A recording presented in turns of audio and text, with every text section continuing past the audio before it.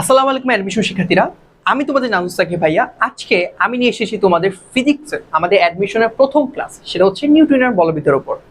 এই চ্যাপ্টারটা নিয়ে আমাদের কলেজ লাইফ থেকে অনেক ধরনের ভয় কাজ করে, কারণ এত এত কনসেপ্ট এটার মধ্যে, যে যার কারণে কি হয় যে আমরা কনসেপ্টগুলো অত মাঝে মাঝে ভালো করে শিখতে পারি না, বুঝতে পারি না। শুধুমাত্র ফর্মুলাগুলো মুখস্থ করে যাওয়ার কারণে দেখা যায় যে পরীক্ষার মধ্যে একটু ঘুরায় দিলে আমরা সেটা পাই না। এমনকি এই চ্যাপ্টার থেকে অ্যাডমিশনে শুধু যে তোমার এমসিকিউ এর ব্যাপারটা এরকম না, যখন তুমি ঢাকা ইউনিভার্সিটি ভর্তি পরীক্ষা দিবা যে এখান থেকে রিটেন প্রশ্ন এসে পড়ছে। সো এই চ্যাপ্টারটা গুরুত্ব অ্যাকচুয়ালি অনেক। সো আজকের ক্লাসে আমরা একদম খুব সুন্দর করে গুছিয়ে জিনিসটা পড়বো, এই চ্যাপ্টারটা পড়বো। এই চ্যাপ্টারে যে যে ফর্মুলাগুলো আছে সেগুলো কিভাবে আসলো, বা এই ফর্মুলাগুলো দিয়ে আমরা কি কি ধরনের ম্যাথ করতে পারি, প্রত্যেকটা জিনিস আমরা খুব সুন্দর করে গুছিয়ে পড়বো। সো যারা এই ক্লাসটা তোমার ঢুকতেছো বা ক্লাসটা করবা ভাবতেছো, পুরো ক্লাসটা প্রথম থেকে শেষ পর্যন্ত করো। আমি পার্ট পার্ট করে টাইম স্ট্যাম্প দিয়ে ভাগ করে দিব যে কোন টপিকের জন্য কত রূপ থেকে শুরু হচ্ছে। এতে করে তোমার জন্য পড়তে সুবিধা হবে, বুঝতে সুবিধা হবে। So let's go. ফার্স্টে আমরা চ্যাপ্টার থেকে আমাদের বিগত বছরে এমসিকিউ গুলার একটা টাইপ যদি দেখি, দেখো টাইপের নাম যদিও নাই এখানে। ফার্স্ট টাইপটা যদি আমরা বলি, আমাদের ফার্স্ট টাইপটা থেকে সবচেয়ে বেশি প্রশ্ন আসছে বিগত বছরগুলোতে, এবং এখান থেকে রিটার্ন প্রশ্ন আসছে। ঠিক আছে, যখন আগে জগন্নাথ এবং রাজশাহী ইউনিভার্সিটি রিটার্ন ছিল, যদি এখন রাজশাহী ইউনিভার্সিটি রিটার্ন নাই। প্রথম টাইপটা হচ্ছে বল এবং বলের ঘাত, এই বেসিসে। সো এই বেসিস থেকে দেখো টাইপটা থেকে কতগুলা কোশ্চেন আসছে। এরপরে টাইপটা ছিল হলো ঘর্ষণ, যদিও ঘর্ষণ এখানে আলাদা করে মনে হচ্ছে ভাই খুবই কম প্রশ্ন আসে, ব্যাপারটা এরকম কিন্তু না। এখানে ঘর্ষণে কিছু প্রশ্ন আবার এটার মধ্যে ঢুকে গেছে, আনন্দ দলের বরাবর যে প্রশ্নগুলা, ফ্রিকশনের যে ম্যাথগুলা, সিডি ঘর্ষণ, গতীয় ঘর্ষণ, এখানেও কিছু প্রশ্ন ঢুকে গেছে, যার কারণে আসলে মনে হচ্ছে যে এখানে কম। বেসিক্যালি এরকম না, ঘর্ষণ থেকে অনেক অনেক ইম্পর্টেন্ট প্রশ্ন আসে। আচ্ছা, চ্যাপ্টার 3, এই টাইপ 3টা হচ্ছে বেসিক্যালি এবার রকেট নিয়ে। রকেট নিয়ে, এখন রকেট নিয়ে আমাদের অনেকের ভাবনা হয় রকেট না পড়লে তো সমস্যা নেই, কিন্তু বিলিভ করো যারা কিনা বিউপিতে এক্সাম দিবে, আমি একটু বলে দিই ভালো করে, যারা বিউপি এবং এমএসটিতে এক্সাম দিবা, বিলিভ করো তাদের প্রত্যেকের জন্য এই রকেটের ম্যাথ অনেক অনেক ইম্পর্টেন্ট। এখান থেকে প্রতি বছর একটা করে ম্যাথ আসে। রকেটের ম্যাথ এমএসসিতে একটা আসবে, বিউপিতে একটা এমসিকিউ আসে। সো রকেটের ম্যাথ আমরা মিস করবো না। ওকে, ভালো করে কনসেপ্টটা ভালো করে বুঝবো। এরপর 4 নাম্বার টাইপটা হচ্ছে হলো কৌণিক কৌণিক ভরবেগ বা ঘূর্ণন গতি। কৌণিক ভরবেগ এবং ঘূর্ণন গতি নিয়ে পড়ছো। সো এই টাইপটা আমরা, এই টাইপটা থেকেও তো প্রিভিয়াস ইয়ারে অনেক প্রশ্ন আসছে, আমি এই প্রশ্নগুলো একটু দেখবো। 5 নাম্বার টাইপে হচ্ছে হলো জড়তার ভ্রামক। জড়তার ভ্রামক, তো এটা তো বুঝোই ভাই, এটা নিয়ে আমাদের সবচেয়ে বেশি ভয় থাকে ভাই, জড়তার ভ্রামক কেমনে করা যায়। আর 6 নাম্বারটা হচ্ছে হলো আমাদের কি বলে এটাকে, এটা হচ্ছে হলো ব্যাংকিং কোড। ব্যাংকিং কোড, রাস্তার ব্যাংকিং কোড। সো এই জিনিসটা আমরা ভালো করে শিখবো। সো এই যে আমরা টাইপগুলো বুঝলাম যে এই টাইপগুলো থেকে প্রশ্ন আসে বিগত বছরগুলো, আমরা লিস্টটা দেখলাম। সো চলো শুরু করি। ফার্স্টে দেখো আমাদের যে টাইপটা সেটা হচ্ছে কি, বল এবং বলের ঘাত। আচ্ছা, বল এবং বলের ঘাত নিয়ে শুরু করার আগে একটা জিনিস একটু বলি, বল জিনিসটা কি। ধরো একটা স্থির বস্তু স্থির অবস্থায় আছে, একটা গতিশীল বস্তু গতিশীল অবস্থায় আছে। যখন তুমি এদের অবস্থান পরিবর্তন করতে যাবা, লাইক স্থির বস্তুকে তুমি গতিশীল করতে যাচ্ছ, এমনকি গতিশীল বস্তুকে তার গতির পরিবর্তন করতে যাচ্ছ, তখন তার উপর যেটা প্রযুক্ত করা হয়, লাইক যেটা দিচ্ছি আমি, তাকে বলা হয় বল। ওকে, আচ্ছা, এখন আমাদের বেসিক্যালি একটা জিনিস খেয়াল রাখতে হবে যে বিভিন্ন ধরনের বল আছে। মহাকর্ষ বল আছে, অভিকর্ষ বল আছে, মৌলিক বল আছে, আরো অনেক ধরনের বল আছে। তবে এখানে আমি দেখো একটা জিনিস রাখছি যে মৌলিক বলের প্রকারভেদ। এটা রাখার রিজনটা কি ভাবে, এটা রাখার রিজনটা হইতেছে এইখান থেকে আমি মনে করি তোমাদের একটা এমসিকিউ আসার একটা চান্স আছে। মৌলিক বল হচ্ছে হলো যে বলটা একদম একক বল, যেটা থেকে অন্যান্য আরো অনেক বলের তৈরি করা যায়, কিন্তু এটা হচ্ছে ইউনিক যে ফোর্সটা, তাকে আমরা বলছি মৌলিক বল। এখন এই মৌলিক বলকে আমরা 4 ভাগে ভাগ করতে পারি। দেখো 4 ভাগে ভাগ করা যায়, ঠিক আছে, 4 ভাগে ভাগ করা যায়। প্রথম ভাগটা হচ্ছে, দেখো প্রথমটা হচ্ছে মহাকর্ষ বল। মহাকর্ষ বল। সেকেন্ড হচ্ছে তড়িৎ চুম্বকীয় বল। 3 নাম্বার হচ্ছে সবল নিউক্লিয় বল। 4 নাম্বার হচ্ছে দুর্বল নিউক্লিয় বল। আচ্ছা, এখন এখান থেকে আমাদের পড়তে হচ্ছে মহাকর্ষ বলে এক ধরনের কণা কাজ করে, যার জন্য এই মহাকর্ষ বলটা দুটা বস্তুর মধ্যে বেসিক্যালি ওয়ার্ক করতেছে, সেটাকে বলা হয় গ্রাভিটন। গ্রাভিটন। তড়িৎ চুম্বকীয় বলের মধ্যে এক ধরনের কণা কাজ করে, যার জন্য বেসিক্যালি এই ইয়াটা ধরো যে এই তড়িৎচুম্বক বলটা ওয়ার্ক করতেছে। ওকে, তড়িৎচুম্বকীয় বলের মধ্যে আমাদের কাজ করা হচ্ছে হলো ফোটন কণা, ঠিক আছে, এটা মনে রাখবো আমরা।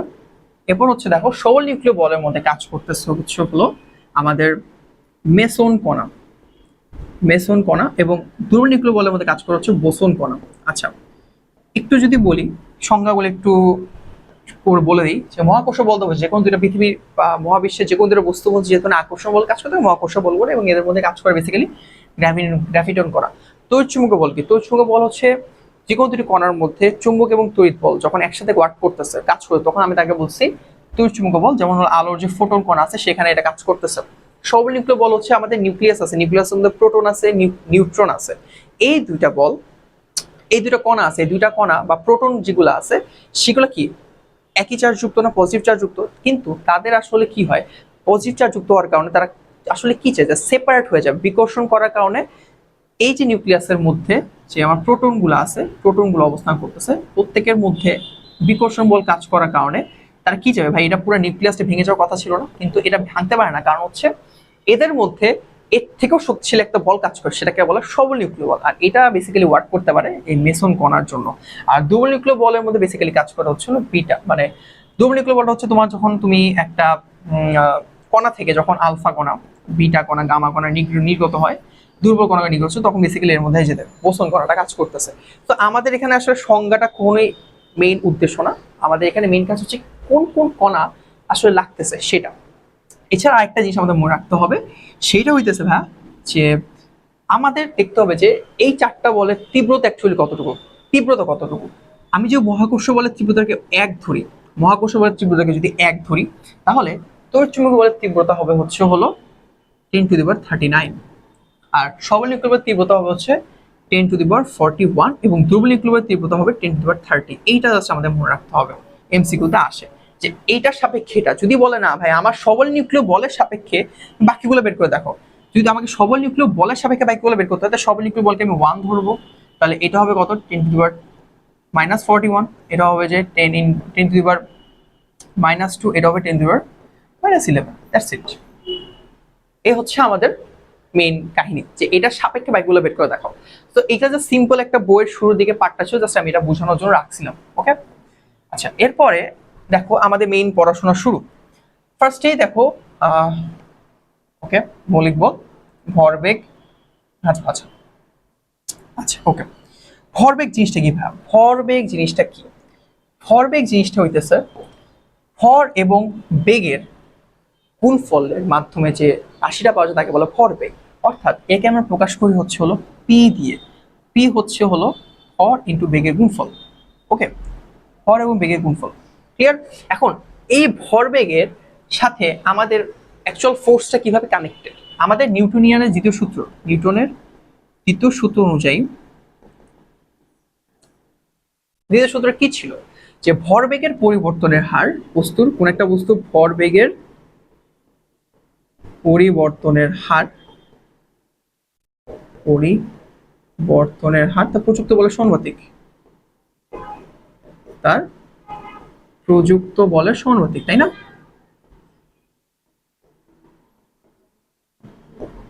সমানুপাতিক, সমানুপাতিক, তাই তো? অর্থাৎ আমরা বলতে পারি এফ প্রপোর্শনাল টু ভরবেগের পরিবর্তনের হার। জিনিসটা বুঝো, ভরবেগের পরিবর্তনের হার, ভরবেগের পরিবর্তনকে আমি বলতে পারি ডেল পি অথবা ডিপি দিয়ে প্রকাশ করতে পারি। আর যদি পরিবর্তনের হার মানে সময়ের সাথে কতটুকু, ডিটি, ঠিক আছে? ভরবেগের পরিবর্তনের হার প্রযুক্ত বল সমানুপাতিক, এটা হচ্ছে বলের সূত্র ছিল। এই কোর্সটি কি লেখা যায়, কে এই সমান্তরাল চিহ্ন উঠাই দিলে, সমান চিহ্ন দিলে অবশ্যই এটা কনস্ট্যান্ট বসাইতে হবে, DP by DT equals to এই পি কে লেখা যায় কি এম ভি ডিটি। আর এম তো ভাই কনস্ট্যান্ট, এম যিনি এ ভর, একটা বস্তু ভর তো নিজেই কনস্ট্যান্ট, তাই না? তাহলে আমরা লিখতে পারি এখানে k into m into dv by dt. এখন আমাকে বলো বেগের সাথে সময় যে পরিবর্তন, সময়ের সাথে বেগের যে পরিবর্তনটা হয়, সময়ের সাথে বেগের যে পরিবর্তনটা হয় তাকে কি বলা হয় বেসিক্যালি, তাকে বলা হয় বেসিক্যালি হচ্ছে ত্বরণ। তাহলে equals to k into m A f, আসছে না? F equals to k into m এ। এখন কেটা আমার বেসিক্যালি যদি ধরি যে না আমার প্রযুক্ত বল 1, বস্তুর ভর 1, ত্বরণও যদি 1 হয় তাহলে কে এর ভ্যালু কি হবে 1 হবে। তো ওই বেসিসে আমরা আসতেছি F ইকুয়ালস টু ma, যেখানে কে এর ভ্যালু হচ্ছে 1। ক্লিয়ার? সো এইভাবে বেসিক্যালি আমরা বলের যে ভরবেগ বস্তুর ডিরেক্টলি বল প্রযুক্ত বলের সাথে সম্পর্কিত।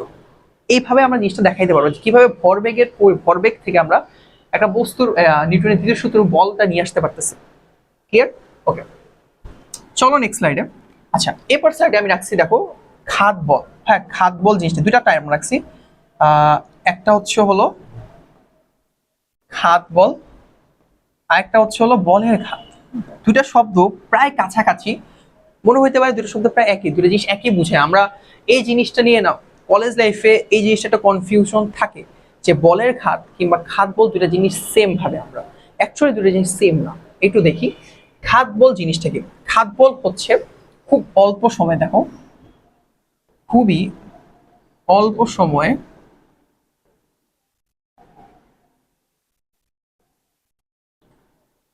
কোনো বস্তুর উপর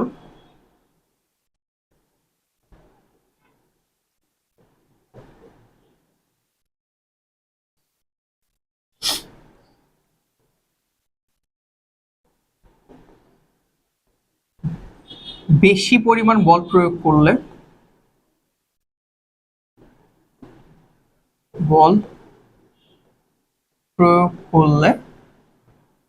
সেই বলটাকে বলা হয় খাত বল। বেশি পরিমাণ বল প্রয়োগ করলে সেই বলটাকে খাত বল বলা হয়। অ্যাজ এক্সাম্পল, ধরো কেউ তোমাকে বলিং করছে, আমরা ক্রিকেট খেলি, তো কেউ তোমাকে স্পিন বল করতেছে, ধরো সেটা আসতেছে তোমার কাছে, ধরো 15 মিটার পার সেকেন্ড বেগে সে তোমার কাছে বলটা ছুড়লো, তুমি ব্যাটিং বুঝে দাঁড়ায় আসো, ওকে ব্যাট করতেছো, তুমি বলটা পেয়ে, ধর লোপ্পা একটা বল হয়েছে, তুমি বলটা পেয়ে একদম টেনে এত জোরে মারলা, তাও তুমি বলটাকে কত বলে হিট করলা? 2000 নিউটনে হিট করলা, একদম খুব অল্প সময়ের জন্য। বলে ব্যাটে ফ্রিকশন টাইম তো ধরো 1 সেকেন্ডও থাকে না, লাইক 0.5, 0.1, 0.2 সেকেন্ড এরকম। তো এত জোরে হিট করলা যে 6 হয়ে গেল। এই যে তুমি কত খুব অল্প সময়ের জন্য তুমি খুব বেশি পরিমাণ বল প্রয়োগ করতেছো তোমার ওই বলটার উপর, মানে তোমার এই ক্রিকেট বলটার উপর। তখন এই যে তুমি যে খুব অল্প সময়ে কোনো বস্তুর উপর বেশি পরিমাণ বল প্রয়োগ করলা তাকে বলা তার খাত বল। তাকে বলে কিভাবে? খাত বল। এই খাত বলের এককটা দেখো, খাত বলের একক কিন্তু নিউটন। ওকে, এবং মাত্রা কি? মাত্রা হচ্ছে এমএলটি ইনভার্স 2, মানে বলের মাত্রার সমান, বলের মাত্রার সমান এমএলটি ইনভার্স 2। এবার আসো বলের খাত। হ্যাঁ, বলের খাত জিনিসটা কি? বলের খাত হচ্ছে হলো আমরা একটা বস্তুর উপর যে প্রযুক্ত বল প্রয়োগ করতেছি সেটা যত সময় ধরে প্রয়োগ করি, যে সময় ধরে প্রযুক্ত বলটা প্রয়োগ করতেছি তাদের গুণফলকে বলা হয় বলের খাত। অর্থাৎ বল ইনটু সময়ের গুণফলটাকে বলা হয় বলের খাত। এবং এইটা সমান সমান বলা যায় হচ্ছে ভর বেগের পরিবর্তন, ভর বেগের পরিবর্তন। ওকে, ভরবেগের পরিবর্তন মানে কি ভাই? ভরবেগের মধ্যে এম ইন্টু ডেল ভি বলা যেতে পারে। অর্থাৎ ডেল ভি ইকুয়ালস টু কি লেখা যেতে ভাই? M V minus U. অর্থাৎ এটাকে আরো ভেঙে লেখা যায় M V minus M U. এটাকে আরো লেখা যায় ডেল পি, ভরবেগের পরিবর্তন। ওকে, তাহলে এফ টি ইকুয়ালস টু কি লিখতেছি আমরা? এম ডেল ভি, অথবা M into V minus U into M V minus M equals to del P লেখা যায়। আর এফ টিকে লেখা যায় বেসিক্যালি জে, অর্থাৎ বলের খাতকে বলা যায় জে। বুঝে গেছে? এখন কথা হচ্ছে যে আমাদের জে ইকুয়ালস টু বলের খাত equals to F T equals to M del V M equals to M into V minus V U equals to del P বলা যেতে পারে। সো আমরা একটু দেখি যে এটা কিভাবে আমরা বলের খাত থেকে ভরবেগের পরিবর্তন পাইতেছি। ওকে, ধরো তোমার কাছে জে আছে, এটাকে তুমি ইন্ডিকেট করবা সময়ের সাপেক্ষে। সময়ের সাপেক্ষে ধরো তুমি ইন্ডিকেট করতেছো t2/t1 সময়ের সাপেক্ষে ইন্ডিকেট করতেছো। জে ইকুয়ালস টু কি জানি? F into DT. ডিটি কেন বলছি ভাই? কারণ হচ্ছে হলো বলের সাথে যে সময়ের যে পরিবর্তন হচ্ছে এই যে ডিটি লিখছি, t1 t2। ওকে, এখন এফ ইকুয়ালস টু কি লেখা যায়? এফ ইকুয়ালস টু আমরা অলরেডি একটু আগে শিখে আসলাম যে ডিপি বাই ডিটি, আর হচ্ছে হলো ডিটি t1 t2। ওকে, এখন আমরা দেখতেছি ডিটি ক্যান্সেল হয়ে যাচ্ছে, থাকতেছে ডিপি। এখানে আছে, এখানে আমি কি লিখবো? এখানে আমি কি লিখবো যে ভাই t1 আর t2 লিখবো না? দেখো t2 এর জন্য ভরবেগের পরিবর্তন হবে p2, t1 এর জন্য ভরবেগের পরিবর্তন হচ্ছে t1। সো ইন্ডিকেশনে আমরা কি ভ্যালুটা চেঞ্জ করে দিব, এখানে লিখবো p2, এখানে লিখবো p1। সো এখন তুমি যে ইন্ডিকেট করো এর ভ্যালুটা আসবে p2 মাইনাস p1। সো এটার ভ্যালু অ্যাকচুয়ালি আছে ডেল p। সো ওই যে ওইখান থেকে আমরা বললাম যে j equals to del p। অর্থাৎ বলের ঘাত ইকুয়ালস টু ভরবেগের পরিবর্তন। সো এই জিনিসটা আমরা কিন্তু এখানে প্রুফ করলাম, বলের কাছে ভরবেগের পরিবর্তনের সময় এটা কিন্তু আমরা প্রুফ করলাম এখানে। সো দ্যাটস ইট, এটা বুঝে গেছি আমরা। সো আমরা মোটামুটি এই ট্যাবটা শিখে ফেলছি। এবার ট্যাবটা কিছু এমসিকিউ সলভ করি, তাহলে আমাদের জন্য সুবিধা হবে যে বেসিক্যালি এমসিকিউ গুলো কেমনে করা যায়। ওকে, ফার্স্ট এমসিকিউটা দেখো কি বলছে। 10 কেজি ভরের একটি বস্তুর উপর, দেখো আগে আমাদের মেইন কাজ হলো আমাদের যে যে ইনফরমেশন আছে ফিজিক্সের এমসিকিউ সলভ করা একটা ওয়ে বলে। তোমাকে দেখতে হবে তোমার প্রশ্নে কি চাইছে, আগে একবার প্রশ্ন পড়বা, ইনফরমেশনগুলো মার্ক করবা এবং প্রশ্নে কি চাইছে সেটা আগে বুঝবা যে আমার প্রশ্নে এটা চাইছে, দেন ওই বেসিসে তোমার ফর্মুলা বসায় ম্যাথ সলভ করতে হবে। ক্লিয়ার? ফার্স্টে দেখো 10 কেজি ভর, আমার এম দেওয়া আছে 10 কেজি। 10 কেজি ভরে একটি বস্তুর উপর তুমি 2f মানে এফ একটা এফ মানে বল দেওয়া আছে, মানে একটি বল প্রয়োগ করলে বস্তু ত্বরণ হয় কত ভাই? 60 meter per second square. M ভরের এবং আরেকটা বলছে এম ভরের একটি বস্তুর উপর 5f মানে একটি বল প্রয়োগ করো, বস্তুটির ত্বরণ হবে হলো 50 মিটার পার সেকেন্ড স্কয়ার। তাহলে বস্তুর ওই যে এম ভর ছিল ওইটা বের করো, ওইটা মান বের করো। সো আমার প্রথম কন্ডিশন আমার সবকিছু দেওয়া আছে যে আমার 2f ইকুয়ালস টু হচ্ছে ভাইয়া এম এ না, এম কত? এম হচ্ছে 10 আর এ হচ্ছে হলো 60, এটা দেওয়া আছে না? ফার্স্ট কন্ডিশন এটা দেওয়া আছে। সেকেন্ড কন্ডিশন দেখো ডিউ কত আসছে? 18 আসছে, খুব ইম্পর্টেন্ট ম্যাম, আমার জন্য সময় আছে কত? 30 সেকেন্ড বা 35 সেকেন্ড সময় আছে। সেকেন্ড কন্ডিশন বলছে 5s আর 5f আছে আমার কাছে, যেখানে বস্তুর ভর আমি জানি না কিন্তু ত্বরণ জানি কত? ত্বরণ হচ্ছে 50। ওকে, এই কন্ডিশনটা জানি। ক্লিয়ার? তাহলে আমাদের এইখানে আমি ইজিলি এফটা বের করতে পারবো, সেখানে আমি এফটা এখানে ইনপুট করে দিলেই তো আমার ইজিলি এমটা বের হয়ে আসতেছে। as simple as that. So এখানে এফটা কত হবে? এখানে এফ হবে বেসিক্যালি এফ ইকুয়ালি 2 আছে না, এই 2টা যদি সমান এই পাশে চলে যায় 2 দিয়ে ভাগ করো, তাহলে কত আসতেছে? 5 5 6 30 অর্থাৎ 300 300 300 নিউটন আসতেছে। 300 নিউটন, 300 যদি এখানে বসাও 5 ইনটু 300 বাই এই যে 50টা এখানে আছে এটা সমানে ভাগ করে দাও। আমি কিন্তু ভেঙে ভেঙে এত ভেঙে ভেঙে করা দরকার নেই, কারণ এমসিকিউ তো ভেঙে ভেঙে করলে তোমাদের মনে হয় যে ভেঙে ভেঙে তোমার পরীক্ষা অ্যান্সার করতে হবে, লাইক এত সময় তুমি পাবাই না, এত জায়গায় পাবা না পরীক্ষার মধ্যে অ্যান্সার করার জন্য, জাস্ট ছোট ছোট করে লিখে সলভ করতে হবে। সো 50 আর 300 কাট করলে 6 হয়, 5 6 30 আর গেল 30, 5 6 30। ওকে, সো এটাও 30 কেজি অ্যান্সার। সো এইটা দেখছো ব্যাপারটা কিন্তু কঠিন ম্যাথ না, কিন্তু যখন তুমি শুরু ম্যাথটা করতেছো দেখতেছো যে তোমার অলরেডি এফ দেওয়া আছে, আবার আরেকটা এম চাইছে, হয়তো কনফিউজ হতে পারো যে আমার তো অলরেডি এফ আছে এম এ আছে, আবার আরেকটা এম চাইছে, কিভাবে কি করা যায়।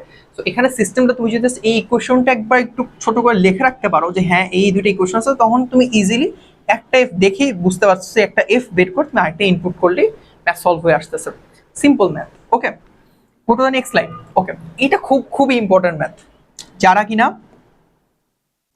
অ্যাডমিশন দিবা, অ্যাডমিশন তো দিচ্ছ সবাই, প্রত্যেকের জন্য এটা স্টার মার্ক করে রাখো, এটা অনেক ইম্পর্টেন্ট, এর কনসেপ্টে খুব ইম্পর্টেন্ট, কারণ এটার থেকে প্রতি বছর একটা করে যে কোনো ইউনিভার্সিটি পরীক্ষা দেবে একটা এই এমসিকিউটা আসবে, আসে কোনো মিস নেই।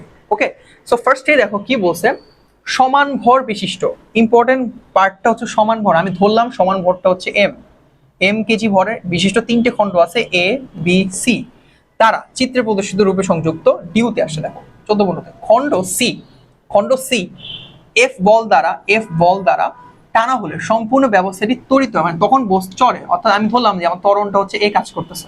ঘর্ষণ উপেক্ষা করলে বলতে ফ্রিকশনের কোনো কাজই নেই এখানে, ফ্রিকশন বাদ। খণ্ড বি এর উপর মোট বল কত হবে, মানে এফ কত হবে, কার উপর ভাই? বি এর উপর, এই যে এটার উপর এফটা কত হবে। এইসব ম্যাথের ক্ষেত্রে ধর এখানে এবিসি আছে, এখানে তো থাকতে পারতো ভাই, এখানে ডিও থাকতে পারতো, এফও থাকতে পারতো, সবকিছু থাকতে পারতো, সমস্যা নেই, ইও থাকতে পারতো, যতই থাকুক ফার্স্টে আমার কাছে ত্বরণটা বের করা।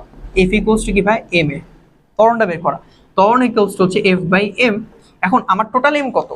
টোটাল এম হচ্ছে হলো যতগুলা আমি ব্লক ইউজ করছি প্রত্যেকের ভর এখানে যোগ করব, অর্থাৎ এফ বাই 3m, যেহেতু সমান ভর বলছে 3টা এম যোগ হয়েছে 3m হয়েছে। এই যে আমি ত্বরণটা এখানে বের করে ফেললাম। এবার আমাকে বলছে ভাইয়া বি এর জন্য, বি এর উপর উপেক্ষা করলে বি খণ্ডের উপর মোট বল কত হবে। এখন বি এর খণ্ড যখন তুমি ফোর্স ক্রিয়েট করবা বা ফোর্স টানবা যে বি এর জন্য, তখন অটোমেটিকলি বি এর পিছে যেটা আছে মানে এ আছে যেহেতু, এটার নিজস্ব ভরটাও এখানে কাউন্ট হয়ে যাবে। কারণ তুমি বি টানা মানে কি বি এর সাথে এ ওটাও এসে পড়তেছে, এর উপর একটা বল প্রয়োগ হচ্ছে। ঠিক তেমনি এর সাথে যদি এখানে ধরো ই থাকতো, এখানে ধরো জি থাকতো, তাহলে এই প্রত্যেকটা জিনিস বি এর সাথে যোগ হয়ে যেত ভরের সাথে। বুঝে গেছে? যখন আমি বলবো যে না আমার সি এর জন্য মোট বল কত হবে, তখন কিন্তু সব কিছুর কাউন্ট এসে পড়বে। যখন আমি বলবো ভাই এর জন্য কত হবে, তাহলে এর পিছে যতগুলো আছে প্রত্যেকটা কাউন্ট এসে পড়বে। ওকে, তাহলে আমাদের বি এর জন্য মোট বল কত হবে, এফ ইকুয়ালস টু বি এর জন্য মোট বল equals to f equals to M a. ঠিক আছে, তাহলে এম কত ভাই, এম হচ্ছে যেহেতু এ এবং বি দুইটা আছে 2m। এ কত ভাই, এ তো অলরেডি বের করলাম, f/3m, f/3m। সো সুন্দর মতো f/mm কাটা চলে গেল, 2/3 f, f 2/3, sorry 2/3 f, 2/3 f। দেখো অপশন আছে কিনা, এই যে 4 নম্বর option 2/3 f, that's the answer. খুব সিম্পল ম্যাথ, কিন্তু অনেকে আমরা ভুল করি, আমরা ভাবি যে শুধু বি বলছে মানে শুধু বি এর ভরটাই টানছে, ব্যাপারটা এটা ভাবি যদি এম দিলেই হয়, বা এ বলছে মানে হচ্ছে সি বলছে মানে শুধু সি এরটাই টানছে এম দিলেই হবে, ব্যাপারটা এরকম না। সি এর পিছে যতগুলো আছে প্রত্যেকটা ভর তোমাকে কাউন্ট করতে হবে। ওকে, ব্লকের ম্যাথ শেষ, এবার আমরা পরে ম্যাথ চলে যাই।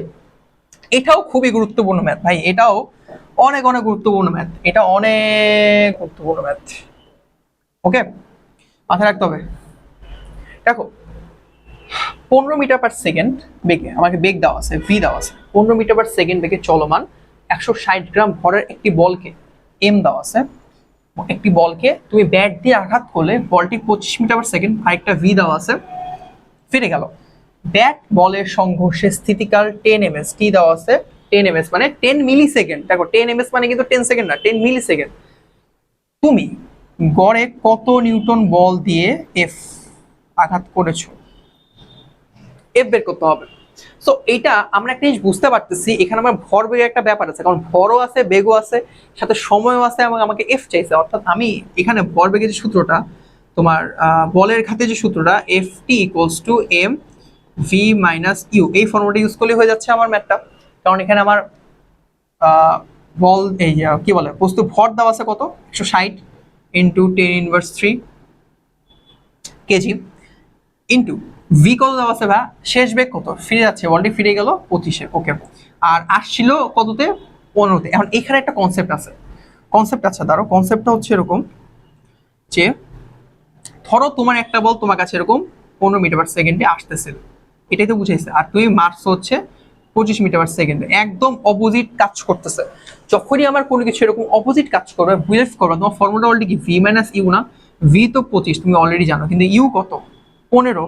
অর্থাৎ তুমি যদি এটাকে সেম একটা সোজা ডিরেকশন ধরো, তাহলে এটা তার বিপরীত ডিরেকশনে আসতেছে, তাহলে এইটা হবে হচ্ছে -15, যেহেতু বিপরীত তাই এটা -15, যার কারণে 25 প্লাস 15 হয়ে যাবে, লাইক বিয়োগ হবে না, তখন কিন্তু যোগ হয়ে যাবে।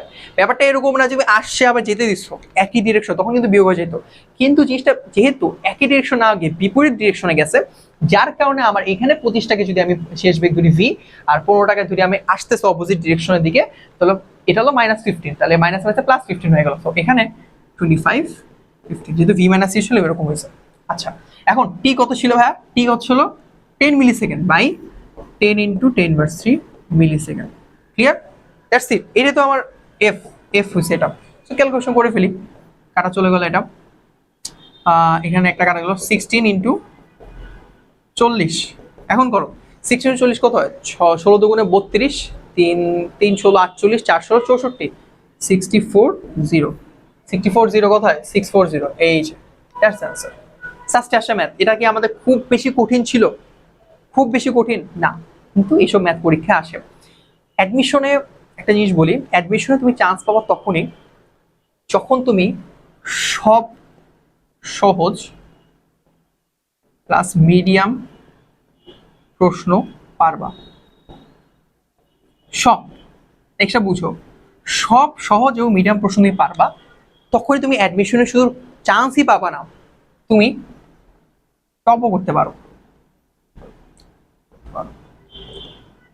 অ্যাডমিশনে একটা প্রবাদ আছে যে কোশ্চেনে অ্যাডমিশন প্রশ্নের অ্যাডমিশন পরীক্ষার সহজ প্রশ্নগুলো তোমাকে চান্স পাওয়াবে, আর কঠিন প্রশ্নগুলো তোমার পজিশন সামনে আগাবে। তুমি যখন ধরো 10টা কঠিন প্রশ্ন আসে, তুমি যদি তার মধ্যে 3টা অথবা 4টা প্রশ্ন কারেক্টলি অ্যান্সার করতে পারো, আর সহজ প্রশ্নগুলো তুমি যদি সবগুলো অ্যান্সার করতে পারো, তুমি চান্স তো পাবাই, তুমি টপ করবা। আর তুমি যত কঠিন প্রশ্ন একটাও পারো না, বাট তুমি সহজ প্রশ্ন মিডিয়াম যে লেভেলের প্রশ্নগুলো সেগুলো পারছো, 90% 95% পারছো, বিলিভ করো তুমি একটা চান্স পাইছো, তুমি একটা সিট পাবা শিওর। এটা হচ্ছে অ্যাডমিশন একটা প্রবাদ, যে অনেকে ভাবে যে সব প্রশ্ন সলভ করতে হবে, সব প্রশ্ন সলভ করতে হবে না। তুমি জাস্ট খেয়াল করবা একটা প্রশ্নের, যখন ছোট একটা ইনফরমেশনই দিই, ধরো 100টা প্রশ্ন তোমার কাছে পরীক্ষায় দিছে, 100টা প্রশ্ন, এর মধ্যে 70 থেকে 75%, 75 25টা বা 75টা প্রশ্ন একদম ইজি হবে, একদম ইজি হবে। এছাড়া 15টা বা 20টা প্রশ্ন হবে একদম মডারেট লেভেল, এটা মিলায় ঝিলায় থাকবে। আর 5টা বা 10টা প্রশ্ন হবে একদম হার্ড, যেটা ভাই তুমি টাচও করতে পারবে না, ইউ কান টাচ দিস প্রশ্ন। তুমি যদি এই প্রশ্নগুলোর পিছিয়ে সময় নষ্ট করো, তুমি শেষ, তোমার পরীক্ষা এখানে শেষ। এবং এইখানেও এমন কিছু কনসেপ্ট থাকে যেগুলো আসলে অনেক সময় আমরা বুঝি না, এখানেও যদি একদম বেশি সময় নষ্ট করো সেটাও শেষ। কিন্তু তখন যদি তুমি এই 70টা প্রশ্ন বা এই 65টা, ধরো 65টা প্রশ্ন তুমি ইজিলি পারলাম, তোমার অ্যাডমিশনে চান্স পাওয়ার জন্য কত পার্সেন্ট নাম্বার লাগে জানো? চান্স পাওয়ার জন্য নাম্বার লাগে হচ্ছে বেসিক্যালি 65 to 70% নাম্বার লাগে।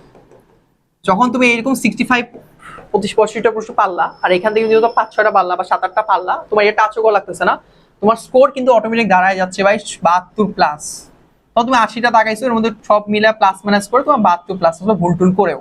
ওকে ভাই, 70 প্লাস থাকলে তোমার ইজিলি একটা ভালো পজিশন আসবে, ভালো একটা সাবজেক্ট আসবে। আর যদি তুমি ভাই 75 প্লাস পাইতে পারো, তাহলে তো ভাই একদম টপ র্যাঙ্ক বলা যেতে পারে। ডিউতে বেসিক্যালি চান্স পায় আরো কমে, ডিউতে বেসিক্যালি চান্স পায় বেসিক্যালি 43, 43, 44 এরকম রেঞ্জেও চান্স পায়, কিন্তু সেটা একটা শর্ত সাপেক্ষ আছে, রিটেনে একটা পাস করা লাগে, এমসিকিউতে আলাদা পাস করা লাগে। সো ওইটা ডিফারেন্ট, ওইটা আমরা পরে আলোচনা করবো। বাট এই জিনিসগুলো একটু আমাদের মাথায় রাখতে হবে যে আমাদের সহজ প্রশ্নগুলো পারলেই, এই জন্য আমি বললাম যে এই প্রশ্নটা কিন্তু খুব সহজ আসছে, এই প্রশ্নগুলাই অনেকেই আমরা পাই না, জাস্ট খুব প্রেশার নিয়ে যায় পরীক্ষা হলে, এই জন্য। আচ্ছা, টাইপ 2 ঘর্ষণ, ফ্রিকশন। ফ্রিকশন এই টাইপটা আসলে অনেক মজা একটা টাইপ, এইটা নিয়ে আমাদের প্রত্যেকের অনেক অনেক কনফিউশন থাকে। সেটা স্কুল লেভেল থেকে শুরু হয়েছে, সেটা কলেজ লেভেলও ছিল এবং এখনো আছে। আজকের ক্লাসে এই যে টপিকটা এখন পড়াবো না, ঘর্ষণ এবং ঘর্ষণ গুণাঙ্ক এবং আনত তল বরাবর যে ঘর্ষণের যে ম্যাথগুলো আছে, আশা করছি এরপর আর তোমাদের আর প্রবলেম থাকবে না। ঠিক আছে, ফ্রিকশন এটা জিনিসটা কেমনে আসছে? সাপোজ ধরো তুমি একটা তল নিছো, ওকে, একটা আনত তল নিছো, ওকে ওকে, তুমি একটা তল নিছো, তলের উপর তোমার ধরো একটা এরকম একটা বক্স বসে আছে, ওকে, সে বসে আছে, তুমি কিছুই করতে, তুমি কোনো ফোর্স দিচ্ছ না, কিছু করতেছো না, ওকে। সো এই যে এখন তুমি বললা কি, এটাকে তুমি টানার জন্য একটা বল প্রয়োগ করলা, তাকে আমরা বলি প্রয়োগকৃত বল, প্রয়োগকৃত বল বলতে পারি। কিন্তু তারপরে যদি দেখো যে আমার এই বস্তুটা এখান থেকে সরতেছে না, তখন যে ঘর্ষণটা কাজ করে তাকে বলা হয় হলো স্থিতি ঘর্ষণ, স্থিতি ঘর্ষণ। বেসিক্যালি একটা জিনিস মনে রাখবা, একটা বস্তুকে তুমি টানতেছো কিন্তু সেটা ওইদিকে না যাইতেছে না বা সেটাকে আটকে রাখছে যে বল, তাকে বলা হয় ঘর্ষণ বল। ওকে, এখন ধরো বস্তু তুমি একবারই না নিতে পারতেছো না, তাকে বলে স্থিতি ঘর্ষণ। বাট না নিতে পারতেছো, বাট তারপরও যতটুকু বল প্রয়োগ করছো ততটুকু নড়তেছে না, অল্প অল্প নড়ছে, তখন তাকে বলে গতীয় ঘর্ষণ। আচ্ছা, এখন যেহেতু তল বরাবর আছে, এই বস্তুটা যা স্থির অবস্থায় আছে, সে স্থির অবস্থা থাকার কারণে সে নিচের দিকে একটা বল প্রয়োগ করে, সেটাকে বলা হয় বস্তুর ওজন। ওজন ডব্লিউ ইকুয়ালস টু এমজি বলতে পারি। কিন্তু সেটা কি মাটির নিচে ঢুকতেছে? সে তো একটা ওজন নিচে কাজ করতেছে, বস্তুর ওজন নিচে কাজ করতেছে এমজি, কিন্তু সেটা কি মাটির নিচে ঢুকতেছে? না, অ্যান্সার হচ্ছে না। কেন ঢুকতেছে না? কারণ তার উপরের দিকে এক ধরনের বল কাজ করতেছে, উপর থেকে আরেক ধরনের বল কাজ করার কারণে ফিজিক্যালি এটা মাটির নিচে ঢুকতেছে না। এই বলটাকে আমরা বলছি হলো প্রতিক্রিয়া বল বা আর রিফ্লেক্স ফোর্স অথবা প্রতিক্রিয়া বল। এখন ব্যাপারটা আমি তোমাকে যদি এক্সাম্পল দিই বুঝি, সাপোজ ধরো আমার কাছে একটা খাতা আছে, এই যে তল, এটা আমার তল, এই তলের উপর এই পেনটা একটা ফোর্স আমি ক্রিয়েট করতেছি, তাহলে তুমি একটা খাতার উপর তুমি তোমার পেন দিয়ে জোরে চাপ দিচ্ছ, দেখবে যে ঢুকতেছে না, কিন্তু দেখবে যখন কাজটা হইতেছে, তুমি একটা ওজন নিচে কাজ করছে, কিন্তু তার অপোজিট তলটাও তার উপর দিয়ে একটা ধাক্কা দিচ্ছে, যার কারণে এটা এখানে ফিক্সড অবস্থায় বসে আছে। বুঝে গেছে?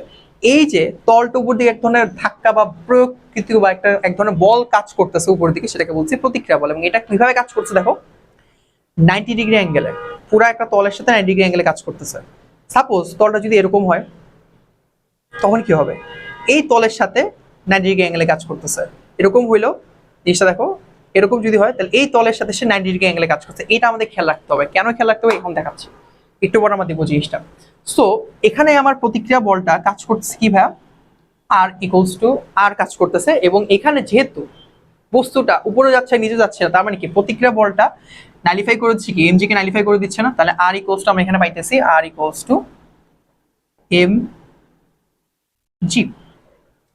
এবং একটা বস্তু সামনে আগাবে কিনা, বল প্রয়োগ করার পর সামনে আগাবে কিনা, এটা বেসিক্যালি অনেকটাই মানে ধরো সামনে আগাচ্ছেই না, মানে প্রতিক্রিয়া বল যত বেশি দেখবে সামনে তত বেশি আগাবে না। এটা বেসিক্যালি ডিপেন্ড করে হলো এই যে ফ্রিকশন, ফ্রিকশন এবং হচ্ছে হলো প্রতিক্রিয়া বলের উপর। সো এখান থেকে আমরা বলতে পারি একটা জিনিস, যে আমার যে ঘর্ষণ বল প্রপোর্শনাল টু প্রতিক্রিয়া বলের সমান, প্রপোর্শনাল টু প্রতিক্রিয়া বল। এখন আমি যখন এখান থেকে ভাব যে ফ্রিকশনটা উঠাই দিই, মানে প্রপোর্শনাল চিহ্ন উঠাই দিব, তখন আমি একটা কনস্ট্যান্ট ইউজ করব। সেই কনস্ট্যান্টটা হচ্ছে হলো মিউ। আচ্ছা এই মিউকে কি বলে ভাই, মিউকে বলা হলো ঘর্ষণ গুণাঙ্ক, ঘর্ষণ গুণাঙ্ক, ঘর্ষণ গুণাঙ্ক বলে। অর্থাৎ জিনিসটা দেখো, তাহলে এফ ইকুয়ালস টু কি আসতেছে, এফ ইকুয়ালস হচ্ছে হলো মিউ আর, তাহলে মিউ ইকুয়ালস টু আসতেছে কি ভাই F by R, mu equals to কি আসতেছে ভাই এফ বাই আর আসতেছে, বুঝা গেছে, মিউ ইকুয়ালস টু কি আসতেছে এফ বাই আর। এখন এখানে আমি একটা জিনিস তোমাকে যদি ছোট করে বুঝাই দিই, যে আচ্ছা এই স্লাইডে দেখাই দিই তাহলে জিনিসটা বুঝতে সুবিধা হবে। মিউ ইকুয়ালস যদি এফ বাই আর হয়, তাহলে mu equals to F by R equals to আমি অলরেডি লিখছি কি এমজি, এমজি লেখা যেতে পারে। এটা কখন, যখন আমার স্থিতি ঘর্ষণ গুণাঙ্ক কাজ করবে, যখন আমি বলবো যে এখানে আমার আর কোনো অ্যাঙ্গেল কাজ করতেছে না, জাস্ট আনুভূমিক তল বরাবর বস্তুরা আছে, আনুভূমিক তল বরাবর বস্তুরা আছে, যেখানে নিচে ওজন কাজ করছে, উপগ্রহে প্রতিক্রিয়া বল কাজ করছে, সাইডে এখানে ঘর্ষণ বল, ওদিকে প্রয়োগকৃত বল কাজ করছে, তখন আমি mu equals to F by MG বলতে পারতেছি। ওকে আচ্ছা এবার আসো আমরা যেটা করব সেটা হইতেছে হলো, আচ্ছা পরে কি আমি একটা সাইড নিয়ে আসছিলাম, হ্যাঁ ওকে। এবার আমরা আনত তল বরাবর জিনিসটা দেখবো, আনত তল, আনত তল বরাবর ঘর্ষণটা কিরকম কাজ করে। সাপোজ তুমি এখন আর কি ওকে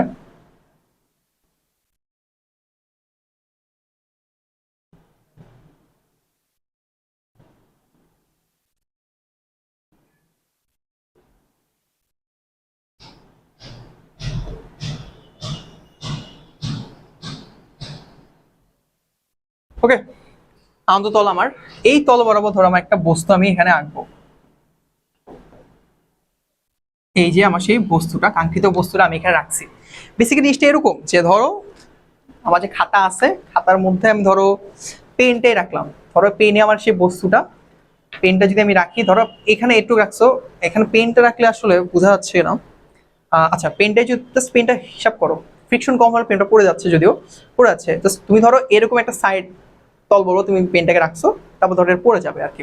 অর্থাৎ যখন আমি আনত তল বরাবর জিনিসটাকে রাখতেছি, বস্তুটা অবশ্যই কি হবে, নিচের দিকে পড়ে যাওয়ার একটা টেন্ডেন্সি থাকবে না, বাট আমি কাজটা করতেছি কি, আমি কাজ করতেছি ভাই বস্তুটাকে আমি উপরে উঠাবো, এফ প্রয়োগকৃত বলে বস্তুটাকে উপরে উঠেছি। ওকে বললাম কেস দেখো, ফার্স্ট কেস ভূমির সাথে থিটা, থিটা কোণ, ভূমির সাথে যদি থিটা কোণ হয়, ধরো এখানে আমার থিটা কোণ কাজ করতেছে, ক্লিয়ার। এখন আমরা জানি আমার একটা বস্তুর ওজন অলওয়েজ নিচে কাজ করে, এমজি শিখে আসছে, একদম অলমোর নিচে ওজন কাজ করতেছে, ক্লিয়ার। তার মানে এটা যদি একটা পিথাগোরাসের ফর্মুলা 90 ডিগ্রি অ্যাঙ্গেল হয়, তাহলে এটা কি হবে ভাব, এটা হবে হচ্ছে হলো, ছোট করে লিখি, এখানে না লিখে এখানে লিখে দেয়, এটা হবে 90 মাইনাস থিটা, 90 মাইনাস থিটা না, তাহলে এইটার সাথে এখানে যদি একটা লম্ব আঁকি, তাহলে এটা কি হবে, থিটা কোণ হবে না, কারণ এটা যদি 90 মাইনাস থিটা হয়, টোটালটা যদি 90 ডিগ্রি অ্যাঙ্গেল হয়, তাহলে এটা কি হবে, থিটা হবে। ওকে এখন আমরা অলরেডি আগের স্লাইডে শিখে আসছি প্রতিক্রিয়া বল একটা বস্তুর তলের সাথে আমার যে তলে অবস্থান করছে সেই তলের সাথে 90 ডিগ্রি অ্যাঙ্গেল অবস্থান করতেছে, প্রতিক্রিয়া বলটা এভাবে কাজ করতেছে না, এভাবে প্রতিক্রিয়া বলটা কাজ করতেছে না। আমি কি করছি, প্রতিক্রিয়া বলটা আস্তে আস্তে টেনে নিচের দিকে নিয়ে আসছি। বেসিক্যালি ওই হিসাবে এখানে যে থিটাটা, এখানেও সেই অ্যাঙ্গেল বা থিটাটা কাজ করতেছে। এখন আমাদের একটা জিনিস মনে রাখতে, উপাংশের একটা কনসেপ্ট আছে। উপাংশের কনসেপ্টটা হচ্ছে, সাপোজ ধরো এদিকে একটা এক্স অক্ষ, এদিকে ওয়াই অক্ষ, ধরো এটা সেই থিটা অ্যাঙ্গেল কাজ করতেছে, তাহলে এই অক্ষটাকে, এই পার্টটাকে বলা হয়, এক্স অক্ষকে বলা হয় কস থিটা। ধরো এফ বল কাজ করতেছে, এটাকে বলা হয় এফ কস থিটা। বেসিক্যালি কেন এফ কস থিটা, এটাকে এফ সাইন থিটা বলা হয়, f sine theta. Why? Because of থিটাটা যার সাথে থাকে সে হলো কস, আর তা উলম্ব বরাবর থিটা যে সাইডে নাই উলম্ব বরাবর হলো সাইন। সাপোজ আমি থিটাটা এখানে দিলাম, তাহলে কিন্তু এখানে হয়ে যাবে এফ কস থিটা, আর এখানে হবে এফ সাইন থিটা। ঠিক আছে, দ্যাটস ইট। যে কোনো কিছু হতে পারে। বুঝে গেছে কনসেপ্টটা? তার মানে এই যে এখানে থিটাটা আছে, তার মানে আমার এইটাকে, এই যে রেখাটাকে বা এই উপাংশটাকে আমি কি বলতে পারি, ওজনের সাথে, ওজনের সাথে বা এমজির সাথে থিটাটা আছে, মানে কি বলতে পারি এমজি কস থিটা। তার মানে এর উল্লম্ব বরাবর কাজ করছে কি, এটা এমজি সাইন থিটা। ক্লিয়ার? ওকে। এখন একটা বস্তু এই রিজনে বা এই যে এমজি সাইন থিটার জন্যই চাবে ভাই তুমি নিচে পড়ে যাও, আমি নিচে পড়ে যাবো, নিচে পড়ে যাইতে যাবো, ঠিক আছে। কিন্তু আমি আমার প্রয়োগকৃত যে বলটা রাখছি, ভাই না, আমার এই বলটা দিয়ে বস্তুকে টেনে আমি তুলবো, উপরে তুলবো। আবার ধরো সাথে আমি এটার সাথে কিছু ফ্রিকশন এফ অ্যাড করে দিলাম, এটার মধ্যে একটা ঘর্ষণ কাজ করতে, তুলতে পারতেছ না, যে বল প্রয়োগ সে তুলতে পারছে, কিন্তু তার মধ্যে একটা ফ্রিকশন এখানে কাজ করতেছে। যদি একদমই ফ্রিকশন না থাকে তাহলে এটাই কিছু ফ্রিকশন সমান ধরে নেওয়া হয়। আর যদি আবার আমার ফ্রিকশন দেওয়া আছে তখন কিন্তু আলাদা করে ফ্রিকশন লিখতে হবে যে আচ্ছা হ্যাঁ এটা একটা ফ্রিকশন এখানে কাজ করতেছে। এখন এই যে পুরো সেট আপ থেকে আমি কি পাইতেছি সেটা ইম্পর্টেন্ট পার্ট। ফার্স্টে যে জিনিসটা পাইছি সেটা হচ্ছে হলো আর ইকুয়ালস টু কি, আর ইকুয়ালস টু কি, অপোজিট যেটা সেটা। এখন কিন্তু আর এমজির কোনো কাজ নাই, দেখো এখানে কিন্তু আর কোনো এমজির কাজ নেই, জাস্ট এখানে কাজ হচ্ছে R equals to MG cos theta. দুই হচ্ছে হলো আমি আমার টোটাল যে ফোর্সের সামেশনটা বের করবো, টোটাল ফোর্স কিভাবে কাজ করতেছে। আমার এখানে কাজ করতেছে কি, দেখো এখানে যদি আমি এমজি আর এবং এমজি কাজ করে ফেলছি, তার মানে আর এবং এমজির কোনো ঝামেলা এখানে নাই, আর এমজি কস্টটা কোনো ঝামেলা নাই, এমজি আমি অলরেডি বলছি এখানে কোনো কাজ করতেছে না। তাহলে আমার কাজ হবে বেসিক্যালি ভাই এই টুকের মধ্যে, এই যে এই পার্টটুকের মধ্যে এফ এমজি সাইন থিটা আর এফ ছোট এফ ফ্রিকশনের মধ্যে কাজ করতেছে। আচ্ছা এখন আমাকে বলো, এফটা যেহেতু আমার ফোর্সটাকে টেনে আমি বস্তুর ওদিকে টেনেই নিব, তার মানে অবশ্যই এটা বেশি হবে, আগে এটা লিখবা মাইনাস, যেহেতু এই দুটো অপোজিট কাজ করতেছে শুধুমাত্র অপোজিট লিখবা, minus MG sine theta equals to কি ভাই এম এ। আমার নেট বল কত, M A, F equals to M A. তাহলে এইটা বেসিক্যালি এখানে আসতেছে summation of F equals to M A. Clear? এই জিনিসটা বুঝতে পারছি যে F minus M sine theta equals to M A. এখন কথা হচ্ছে যদি কখনো এরকম থাকে আমার ফ্রিকশন নাই, তাহলে কিন্তু just F minus M sine theta equals to M লিখবা, যদি ফ্রিকশন এফটা না থাকে। আর যদি ফ্রিকশন সহ দেয় তাহলে এইভাবে লিখে দিবা। আচ্ছা তাহলে এইটা আমরা বুঝতে পারছি যে এখানে কি হয়েছে, বুঝতে হচ্ছে আমি টেনে উপরে তুলতেছে। সেম কেসে আমি যদি এই জিনিসটা উল্লেখ করে দেই যে বস্তুটা টেনে, এখানে হচ্ছে এই কন্ডিশনটা হচ্ছে হলো বস্তু টেনে উপরে তোলা। সেম কাজটা যদি করি ভাই, না আমি দেখি তো, ওকে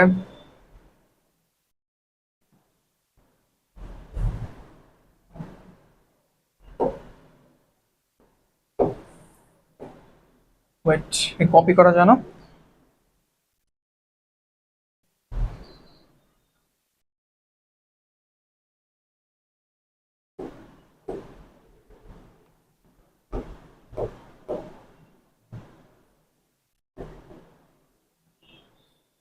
কপি, ওকে।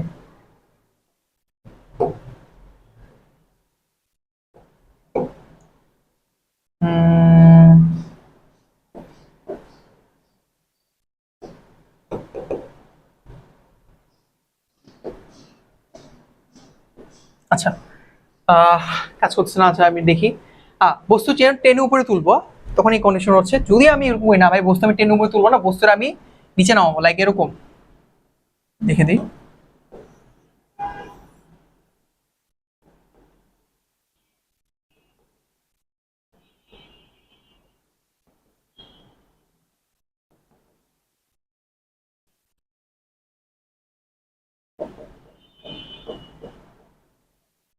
আচ্ছা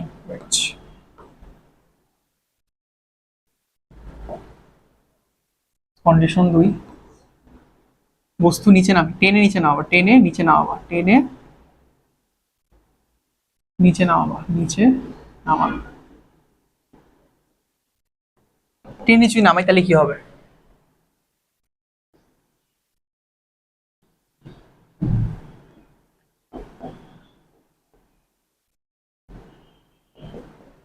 আগের মতো সবকিছু লিখতেছি, theta 90 minus theta mg cos theta theta আর আচ্ছা এবার দেখো সব সেম। এবার আমি বলছি যে আমি বস্তুকে টেনে নিচে নামাবো, অর্থাৎ এইটা হচ্ছে এফ, এদিকে এফ কাজ করবে, তাহলে অবশ্যই অপোজিটে কি কাজ করবে ভাইয়া? ফ্রিকশনটা কাজ করবে। আর যেহেতু এখানে এমজি কস থিটা কাজ করতেছে, তো অবশ্যই এখানে কি কাজ করবে ভাইয়া? এখানে কাজ করে এমজি সাইন থিটা না? বুঝো, বস্তুটাকে আমি এবার টেনে নিচে নামাবো, আমাকে কোশ্চেনটা বলছে যে বস্তুটাকে ভূমির সাথে থিটা কোণ আছে, বস্তুটাকে টেনে আমি নিচে নামাইছি, তাহলে কি হবে? টেনে যখন নিচে নামাবো তখন সেম কাহিনী, এফটা তখন অপোজিট হবে এমজি সাইন থিটার দিকে, বাট ফ্রিকশনটা অপোজিট কাজ করছে। তাহলে first condition R equals to MG cos theta, এই জিনিসটা এক হয়ে গেল। 2 হচ্ছে summation of F equals to M A, তাহলে এই জিনিসটা আসে এফ মাইনাস মাইনাসটা কিন্তু এফ, এবার কিন্তু এমজি সাইন থিটা এবং এফ দুটো একই সাইডে, এফ এবং এমজি সাইন থিটা দুটো একই সাইডে, plus MG sine theta equals to sorry minus F equals to M A. বুঝছো? F plus MG sine theta minus F equals to M A, এই হচ্ছে আমাদের নিচে নামানোর কন্ডিশন, যে একটা বস্তুকে টেনে নিচে নামাইতেছো বল প্রয়োগ করে। ওকে ডান। এবার আমরা যাব হচ্ছে নেক্সট স্লাইড, সেটা হচ্ছে হলো নেক্সট টাইপ। নেক্সট টাইপ না, এটার মধ্যে সেকেন্ড কন্ডিশন, সেটা হচ্ছে থিটা যদি হয় উলম্ব, থিটা যদি উলম্ব ভাবে থাকে,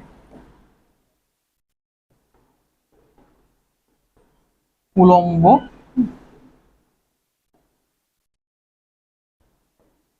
উলম্ব দিকের সাথে থাকে, উলম্ব হয় উলম্ব দিকের সাথে থাকে, লাইক এরকম যদি কন্ডিশন হয়,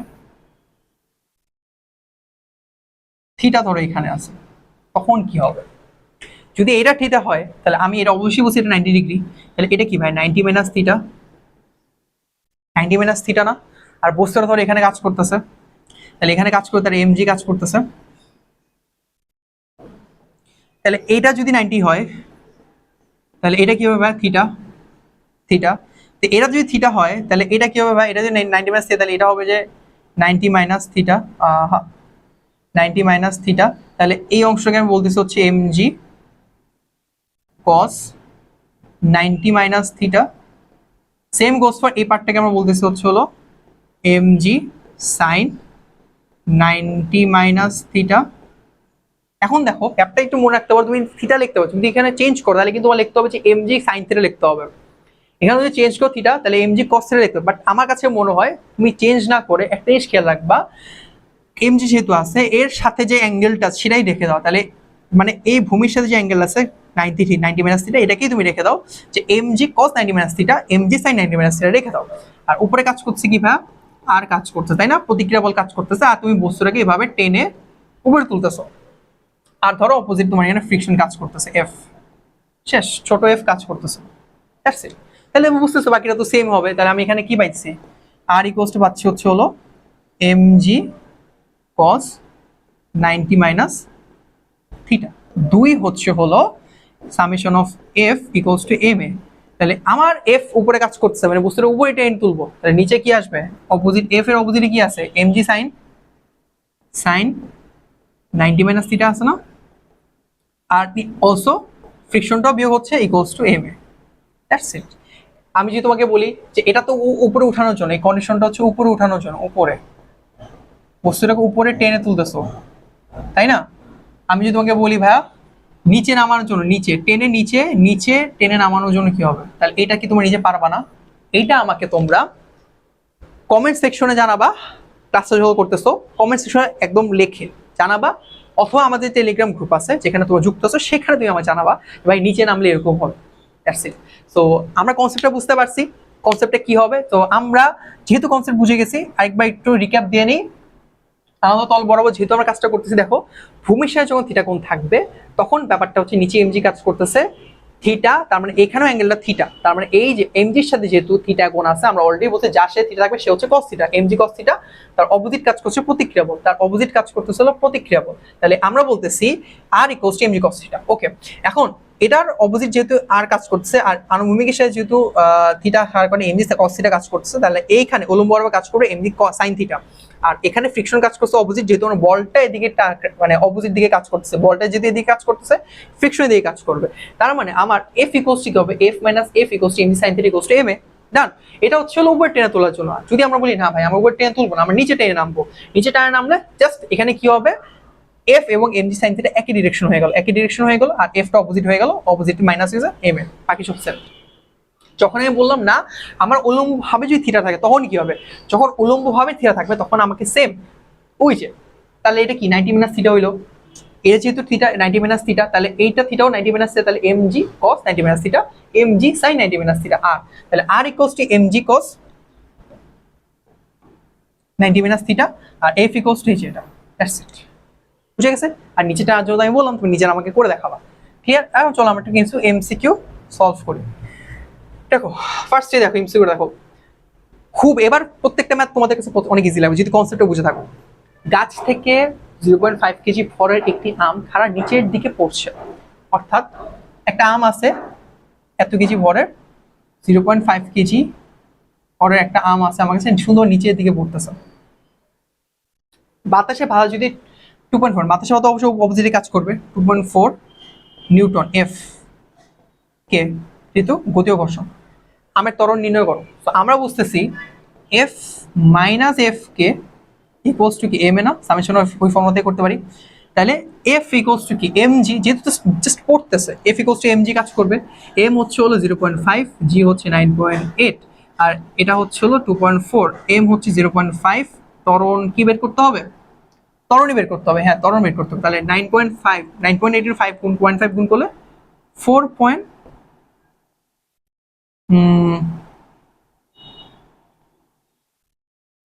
আচ্ছা হয় 4.9 হয়, মাইনাস 2.4, 5 ইন্টু এম, এই দুটো বিয়োগ করে কত হয় 2.5 বাই হচ্ছে 0.5, কত হবে 5, আড়াইকে 0.5 দিয়ে ভাগ করলে 5 হয়, 5। দেখছো কনসেপ্ট কত ইজি। পরেরটা দেখো, এই যে এই কোশ্চেনটা, এই অ্যাডমিশন এই কোশ্চেনটা, এটা এত মজার একটা কোশ্চেন। এই কোশ্চেনটা আমাদের সময় জিএসটি আসছিল, ভাইয়া যখন অ্যাডমিশন এক্সাম দিছিলাম আমাদের টাইমে আসছিল এটা, আমাদের সময় অ্যাডমিশন আসলে গুচ্ছ পরীক্ষা দিছিলাম। আমার সিট পড়ছিল কোথায়, গুচ্ছ সিট পড়ছিল হচ্ছে ইয়াতে শেরে বাংলাতে, শেরে বাংলা কৃষিতে আমার সিট পড়ছিল, ঠিক আছে। এবং আমার গুচ্ছতে স্কোর আসছিল হলো 67.5, এবং আমার সাস্টের সিএসসি আসছিল, তখন সাস্ট এর সাথে ছিল, বুঝতে ছিল না, সাস্ট সিএসসি আসছিল আমার। ওকে, সো যদি আমি ভর্তি হইনি জাস্ট অ্যাপ্লাই করে রাখছিলাম। আচ্ছা ম্যাথটা সলভ করি, ইয়া বললাম। দেখো ম্যাথটা দেখো, যে ভূমির সাথে 30 ডিগ্রি কোণে, যে আমাকে কিন্তু বলেছে ভূমির সাথে 30 ডিগ্রি কোণে আছে 2 কেজি ভরে একটা বস্তু এম, 2 কেজি, ত্বরণ দেওয়া আছে উঠতে, কত নিউটন বল প্রয়োগ করতে বস্তুটি উপরে উঠাতে হলে কত নিউটন বল প্রয়োগ করতে হবে। তাহলে আমার যেহেতু জাস্ট এখানে এমজি কাজ করতেছে, এমজি সাইন থিটা কাজ করতেছে, আর এখানে যদি এফ কাজ করে ফ্রিকশন কাজ করতেছে না, তাহলে F minus MG sine theta equals to M A, কত নিউটন বল কাজ করতে, এফ কাজ করবে, এফ কত হবে এম এ, এম হচ্ছে হলো কত ভাইয়া 2 কেজি, ত্বরণ কত বলছে ভাইয়া 3, প্লাস এম হচ্ছে 2 কেজি, জি হচ্ছে 9.8, আর সাইন 30 হচ্ছে হাফ, তাহলে এটা একটা কাটা চলে গেল, তাহলে আছে 6 প্লাস হচ্ছে 9.8, কত হয় ভাইয়া 15.8, অ্যান্সার হচ্ছে 15.8। দেখছো সিম্পল ম্যাথ, 15.8, ঝামেলা আছে কোনো, কোনো ঝামেলা নেই। সো এই কোশ্চেনগুলো আমরা ইজি পারতেছি কারণ আমাদের ভাই কনসেপ্টটা এখানে ক্লিয়ার হয়ে গেছে অলরেডি, বুঝছো ব্যাপার। পরে যাই, একটা বস্তুকে 10 মিটার পার সেকেন্ড স্কোয়ার ত্বরণে এ দেওয়া আছে গতিশীল করতে 50 নিউটন এফ বল প্রয়োগ করতে হয়, পথে ঘর্ষণ যদি 10 নিউটন হয়, ফ্রিকশন দেওয়া আছে এফ কে, গতি ও ঘর্ষণ এফ কে, তাহলে বস্তুটির ভর নির্ণয় করো, বস্তুটির ভর নির্ণয় করো। আচ্ছা আচ্ছা, এখানে একটা জিনিস বুঝো, এই আচ্ছা ওকে, যে বস্তুর ভর দেওয়া আছে, ত্বরণ দেওয়া আছে, এফ দেওয়া আছে, এফ কে দেওয়া আছে, একদম easy, F minus F K equals to M A, যেহেতু summation of F equals to M A জানি, তাহলে এফ হচ্ছে হলো 50 নিউটন, এফ কে হচ্ছে 10, এমটাই বের করতে হবে, ত্বরণ দেওয়া হচ্ছে 10, 40/10, 4 কেজি। ওকে, বুঝে গেছে? আচ্ছা, আমি একটা কনসেপ্ট আমি বুঝাবো এখানে, এই এমসিকিউটা শেষ করি। শেষ করে ওইখানে ঘর্ষণের একটা ছোট একটা কনসেপ্ট মিস করে গেছি, আমি এখন মনে পড়লো, সেটা আমি একটু শেখাবো আর কি, দাঁড়াও। আচ্ছা, এই কোশ্চেন দাও, এই কোশ্চেনটা একটু বড় একটা কোশ্চেন, এই কোশ্চেনটা বড় বাট অনেক অনেক ইম্পর্টেন্ট একটা কোশ্চেন। আচ্ছা ঠিক আছে, দেখো কোশ্চেনটা ইম্পর্টেন্সই দেখো, বলছে 1200 কেজি ভরের একটি গাড়ি 20 মিটার পার সেকেন্ড দ্রুত চলছিল, অতএব গাড়িটি 800 কেজি পরে একটি স্থির গাড়িকে ধাক্কা দিল। এখন দেখো এই যে ধাক্কা দিল, এখান থেকে বুঝতেছি এটা সংঘর্ষের ম্যাথ, সংঘর্ষের টপিক আমরা পরে গিয়ে শিখবো, বাট এখানে ম্যাথটা সলভ করার জন্য রাখছি, যেহেতু এখানে বাহাতানকারী বল বা ফ্রিকশন বল বা এফ এর কথা বলছে। ধাক্কার পর গাড়ি দুটি একত্রিত হয়ে 120 মিটার পিছলে থেমে গেছে, মনে রেখো থেমে গেছে, অর্থাৎ শেষ বেগ এখানে 0। ওকে, বাহাধানকারী বলের মান নির্ণয় করো, এফ বের করো, এফ কত হয় বের করতে বলছে। এখন এখানে এবং সে 120 মিটার পিছলাইছে, এস আছে, ক্লিয়ার, এস আছে।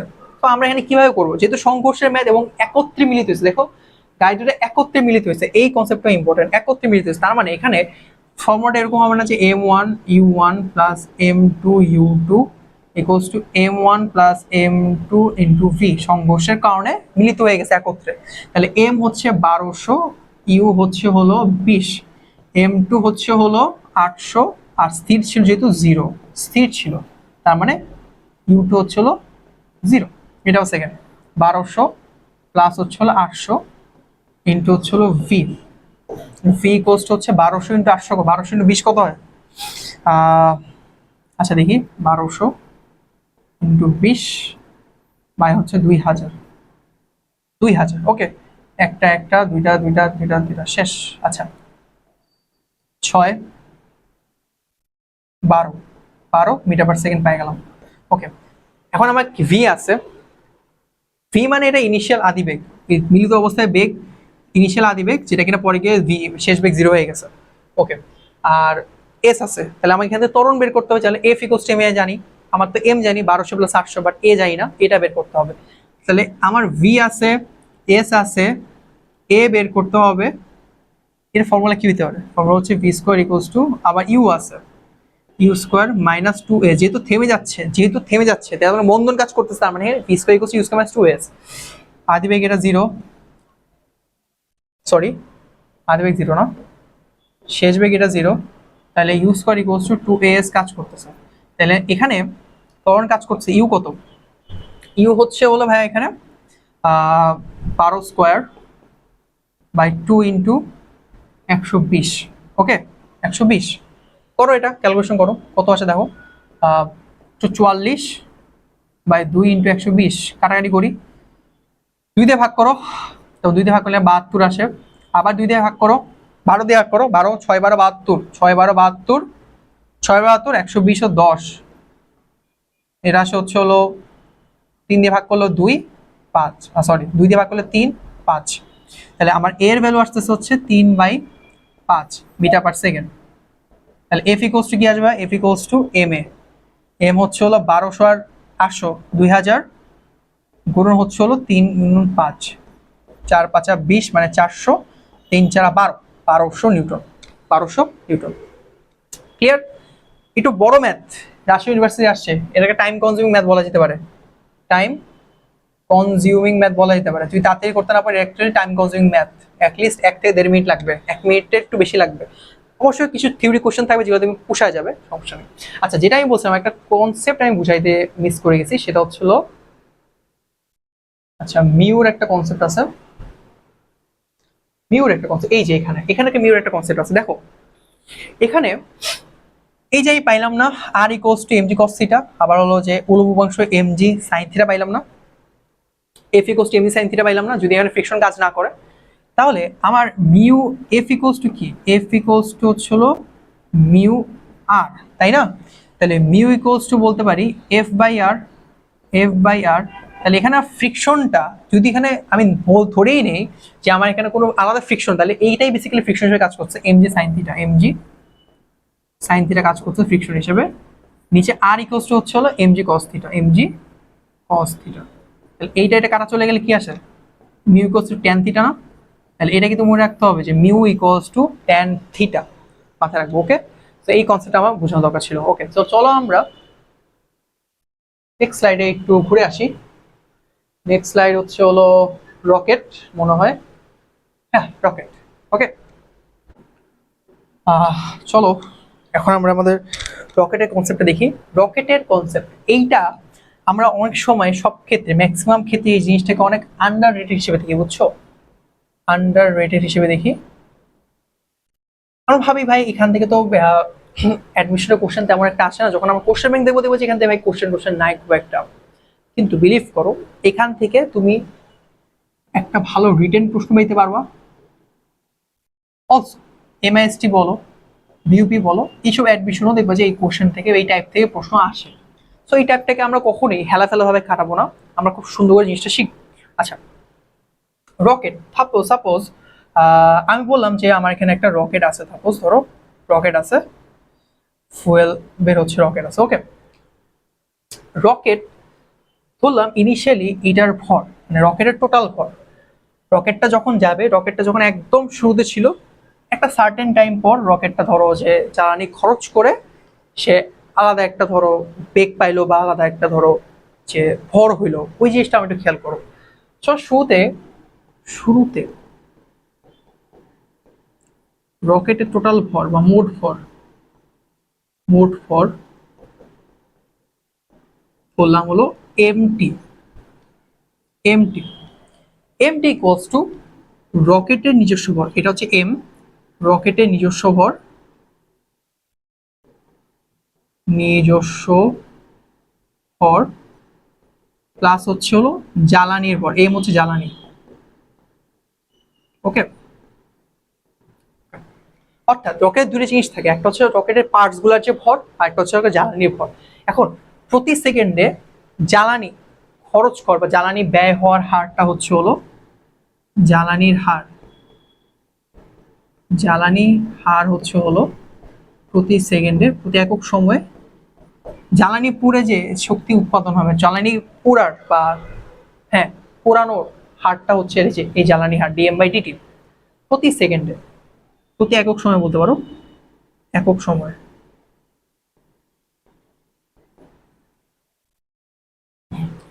একক সময় জ্বালানি পুরো হচ্ছে হলো হার বলা যায় না, জ্বালানি পুরানোর হার আমি যদি একক সময় বলে তবে হার লেখা দরকার নাই, একক সময় বলে হার লেখা দরকার নেই, জ্বালানি পুরানো বললেই হয় dm/dt। ওকে, ঠিক আছে। আচ্ছা, এছাড়া এই যে জ্বালানিটা পুড়তেছে, পুড়ে সে একটা বেগ বা ভেলোসিটি অর্জন করতেছে, যে বেগটা মানে বেগের জন্য একটা ফোর্স ক্রিয়েট করে সে পিছন দিকে ধাক্কা দেওয়ার কারণে রকেট উপরে উঠতেছে না। সো আমি বললাম ওই সাপেক্ষে জ্বালানির বা রকেটের আপেক্ষিক বেগ, রকেটের আপেক্ষিক বেগ ভিআর, এটা কি বুঝতে পারছি? ভিআরটা কি? ওই যে জ্বালানি পুড়তেছে, পুরার কারণে সে একটা তো ফোর্স ক্রিয়েট করছে, সো একটা বল একটা ভেলোসিটিও ক্রিয়েট হচ্ছে, যার কারণে সে একটা বেগে উপরে উঠতেছে না, সে একদম খাড়া উপরে উঠতেছে। সো ওইটাকে বলছি ভিআর। ওকে, আচ্ছা এটা গেল। এখন আমাদের ফার্স্টে যেটা আসে একটা প্রথম যে আটা আসে, প্রথম সূত্র যদি ফর্মুলা, এই সবগুলা জিনিস দিয়ে আমরা একটা ফর্মুলা সেট করি। রকেটের ধাক্কা,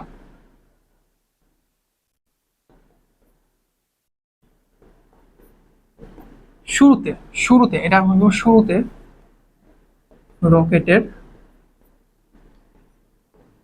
ধাক্কা কত বা এফ কত হবে, আমরা অলরেডি সূত্র থেকে জানি এফ ইকুয়ালস টু হচ্ছে ভরবেগের পরিবর্তনের সমান, হারের সমান, ভরবেগের পরিবর্তন হারের সমান ডিবি বাই ডিটি। সো এখানে পি ইকুয়ালস টু কি লেখা যায়, ডিএম ইন্টু ভিআর ডিটি, জ্বালানি এবং জ্বালানির জন্য যে বেগটা অর্জন করতেছে সেটা বাই ডিটি। এখন আমরা জানি যেহেতু একটা ডেরিভেটিভ ফর্মে আমরা ইজিলি একটা আমাদের যে কনস্ট্যান্ট ভ্যালু সেটাকে বের করে আনতে পারি। এখন কত হইতেছে আমাদের মনে অনেকে প্রশ্ন রাখতে পারে, তাহলে এম তো ভাই এখানে তাহলে কনস্ট্যান্ট, আপনি এমটা বের করে নিয়ে আসেন, তাই না? কিন্তু এখানে এম কনস্ট্যান্ট না, এখানে জ্বালানি যেটা একটা সার্টেন সময় পর পর আস্তে আস্তে শেষ হইতে থাকে। তো জ্বালানিটা একটা সার্টেন মানে ধরো যে একদম শুরুতে ধরো জ্বালানি আমার আমি ধরলাম যে 2000 কেজি ছিল আমার জ্বালানি, সেটা কন্টিনিউসলি ধরো 2 সেকেন্ড পর প্রতি সেকেন্ডে ধরো 100 কেজি মিটার পার সেকেন্ড করে 100 কেজি পার সেকেন্ড করে জ্বালানি ক্ষয় হয়, প্রতি সেকেন্ড 100 কেজি করে ক্ষয় হয়। তাহলে আমি বলতে পারি যে 5 সেকেন্ড পর কতটুকু জ্বালানি ক্ষয় হতে পারে, 500 কেজি জ্বালানি ক্ষয় হবে। তাহলে তখন কি জ্বালানির ভর কি সেম থাকবে 5 সেকেন্ড পরে? না। আমরা বোঝাচ্ছে এটা বেসিক্যালি আমি কনস্ট্যান্ট ধরতে পারবো না, এটাকে আমি কনস্ট্যান্ট ধরতে পারবো না। তাহলে কনস্ট্যান্ট তাহলে রইল কি? এটা ভাই এটা তো কনস্ট্যান্ট হওয়ার কথা না, বেগ তো কনস্ট্যান্ট হবে না, বেগ তো একটা সার্টেন টাইম পর পর চেঞ্জ হতে পারে। কিন্তু আমাদের এই এইচএসসি লেভেলে, আমাদের কলেজ লেভেলে জন্য এই বেগটাকে ফিক্স ধরা হয় বা কনস্ট্যান্ট ধরে নেওয়া হয়, যার কারণে কিন্তু শুধুমাত্র এইচএসসি লেভেলের জন্য। আপার গ্রেড যখন তুমি পড়বা, আন্ডার গ্রেড যখন পড়াশোনা করো, তখন দেখবে যে এটাকে আর ফিক্স ধরা হচ্ছে, এটা চেঞ্জ হয়। ভিআরটাকে বের করো, ডিএম বাই ডিটি হচ্ছে, এইটা হচ্ছে আমাদের শুরু, যে রকেটের শুরুতে রকেট যে ধাক্কাটা দেয় উঠার জন্য খারাপ উঠার জন্য, VR F equals to VR DM by DT. Okay, জ্বালানির হার, জ্বালানি পুরানো হার ইনটু হলো আপেক্ষিক বেগ ইকুয়ালস টু এফ। ওকে, এরপর হচ্ছে নেট প্রযুক্ত বল। হ্যাঁ, রকেটের উঠার জন্য, উপরে উঠার জন্য ধরো রকেটটা আমি যে আঁকলাম, হ্যাঁ রকেট আপনি আঁকলেন, রকেটে ইনিশিয়ালি ধরো একটা ধাক্কা আসে, ধাক্কা খাইলো, ধাক্কা। ওকে, কিন্তু আপনি নিচে এমজি কাজ করতেছে, কথা হচ্ছে এই এমটা কি থাকে ভাই? রকেটে একদম টোটাল ভরটাকে আমি বলতে পারি ভাবে M T G. Okay, are certain ধরো একদম, কিন্তু রকেটটা তো শুধুমাত্র যে আমি বলতে পারি না যে রকেটটা নিচের দিকে যাইতো, কিন্তু কথা হচ্ছে নিচের দিকে যাচ্ছে না, তার এই ওজনের থেকেও বেশি বল প্রয়োগ করার কারণে সে উপরে চলে যাচ্ছে, ওইটাকে বলি হচ্ছে নেট ফোর্স। এফ প্রাইম বললাম, নেট ফোর্স ইকুয়ালস টু কি হবে অ্যাকচুয়ালি? রকেটের নেট বল ইকুয়ালস টু হচ্ছে হলো F prime equals to F minus W, তাই না? এফ হচ্ছে রকেটের ধাক্কা, সেটা ধাক্কা খাইতেছে, ধাক্কাটা কত? ধাক্কা হচ্ছে হলো VR DM by DT equals to M T. এইটা হচ্ছে হলো রকেটের নেট বল, যেখানে আমরা জাস্ট ওজনটা শুরুতে, দেখো আবার লিখি, শুরুতে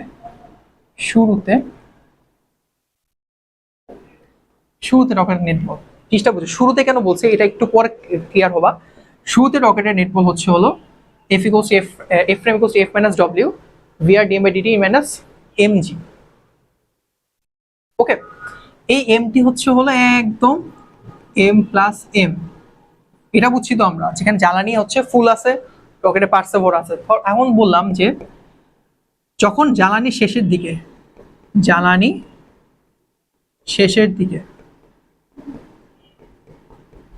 নেট ফোর্স কত হবে? নেট ফোর্স জ্বালানির শেষের দিকে একটা সার্টেন টাইম পর ধরলাম এম ইকুয়ালস টু 0, জ্বালানির শেষের দিকে মানে কি এম 0 না?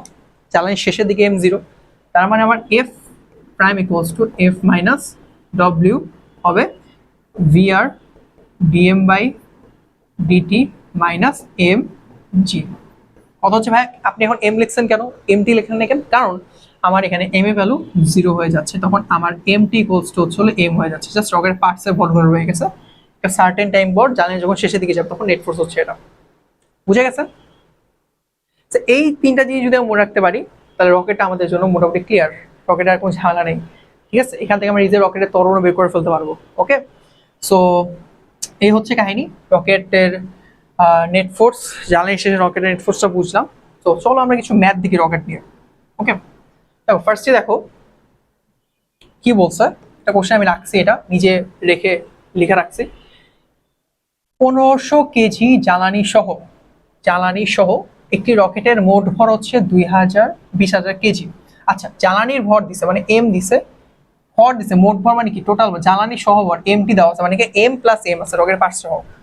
রকেটের সাপেক্ষে এত বেগে ভূমিতে জ্বালানি 200 কেজি পার সেকেন্ড হারে পড়তেছে, অর্থাৎ এটা হচ্ছে ডিএম বাই ডিটি দেওয়া আছে, পড়তেছে। রকেটটি, আচ্ছা এখানে ভিআর দেওয়া আছে যে বেগ, সাপেক্ষে বেগ। রকেটটি যদি খাড়া উপরের দিকে গতিশীল হয়, কোশ্চেন দেখো রকেটের উপরের দিকে ধাক্কা কত হবে। তো রকেটের উপর দিয়ে ধাক্কা কি ভাই, এফ বা এফ আর ইকুয়ালস টু কি ভিআর ডিএম বাই ডিটি, তাই না? ভিআর কত ভাই 2000, ডিএম বাই ডিটি কত ভাই 200। আচ্ছা ডিএম বাই ডিটি এটা হচ্ছে কেজি আর এটা হচ্ছে সময় সেকেন্ড, তাহলে কেজি পার সেকেন্ড না টোটালটা একক। সো বুঝতে পারছো, জাস্ট দুটো গুণ করে দিবা, তুমি এত ধাক্কা নিউটন পাই যাচ্ছ। নিক্ষেপের সময় রকেটের উপর প্রযুক্ত বল নির্ণয় করো। নিক্ষেপের সময় অর্থাৎ এফ প্রাইম, এফ মাইনাস হচ্ছে ডব্লিউ। এফ কত ভাইয়া 4000, 40,000 হবে, মাইনাস হচ্ছে ডব্লিউ এমটিজি, এমটিজি। এমটি কত ভাইয়া, এমটি হচ্ছে 20,000, এমটি হচ্ছে 20,000, 20,000, জি হচ্ছে 9.8 করবা, যেটা বাবা অ্যান্সার পেয়ে যাবা। ক্লিয়ার, ক্যালকুলেটর দিয়ে করে ফেলবো। That's it. 3 নাম্বার দেখো, জ্বালানি শেষ হওয়ার মুহূর্তে রকেটের প্রযুক্ত বল কত। সো এখানে আমার একটা কাজ করতে হবে, এম বের করে নিতে হবে। যেখানে এম টি ইকুয়ালস হচ্ছে এম মাইনাস হচ্ছে হলো এম, তাহলে এম ইকুয়ালস হচ্ছে হলো সরি এম প্লাস এম, তাহলে M equals to M T minus M. তাহলে এম টি কত ভাই, এম টি হচ্ছে হলো 20,000 মাইনাস হচ্ছে হলো 1500, কত হয় তাহলে 18,500 হয় না কেজি। শেষ। তাহলে আমার এফ ইকুয়ালস টু আসছে কত, F prime equals to F minus W, তাহলে F equals to VR into DM by DT minus হচ্ছে এটা হচ্ছে কত 18,500 গুণ হচ্ছে হলো জি কত 9.8। শেষ, উইল গেট দ্য অ্যান্সার। বুঝে গেছে, এই হচ্ছে আমাদের রকেটের কনসেপ্ট। তো রকেটের কনসেপ্টটা যদি আমি বুঝে যাই, আমাদের জন্য আসলে রকেটটা এত ইজি, একদম ইজি আমি বুঝে গেলাম। ওকে, তো চলো পরের পার্টে যাই, ঘূর্ণন গতি। আচ্ছা এতক্ষণ সব রৈখিক গতি নিয়ে আমরা পড়াশোনা করছি, এবার একটু ঘূর্ণন গতি নিয়ে পড়াশোনা করবো। সো সাপোজ ধরো তুমি ফ্যান বাসায় যে তুমি এখন পড়তেছো, বাসায় দেখছো ফ্যান ঘুরতেছে। ফ্যান কি করতেছে, একটা নির্দিষ্ট বিন্দু কেন্দ্র করে, নির্দিষ্ট বিন্দু একটা সার্টেন রেডিয়াস বরাবর কন্টিনিউয়াসলি ঘুরতেছে, সার্টেন রেডিয়াস কন্টিনিউয়াসলি ঘুরতেছে। এই যে গতি, তাকে ঘূর্ণন গতি বলতেছে। ধরে নিলাম এটা এক্স অক্ষ বরাবর একটা টান, আমি ধরে নিলাম যে ও এক্স একটা টান রেখা, আর আমি একটা রেখা ধরে নিলাম, যেখানে দেখলাম যে একটা সার্টেন থিটা বরাবর যখন আমি চাপ ধরতেছি, যে থিটা বরাবর সে একটা চাপ দিচ্ছে বা কাট করতেছি, বা ব্যাসার্ধ ওয়াইজ ধরো আমি আরেকটু নিলাম যে হ্যাঁ এরকম হলো থিটা হইলো, এই যে অংশটা কাট করতেছে এটাকে বৃত্তচাপ বলি না আমরা। আর যে থিটার জন্য সে এরকম একটা বৃত্তচাপ আঁকতে পারছে বা কাট করতে পারছে, সেটাকে বলা হয় তার কৌণিক সরণ। সো এস ইকুয়ালস টু, যে আমরা আর থিটা বা থিটা আর শিখি, তাহলে থিটা ইকুয়ালস টু কি এস বাই আর না, এটাই তার কৌণিক সরণ, যার একক হচ্ছে হলো রেডিয়াস। বুঝে গেছে? ওকে, আচ্ছা কৌণিক বেগটা কি?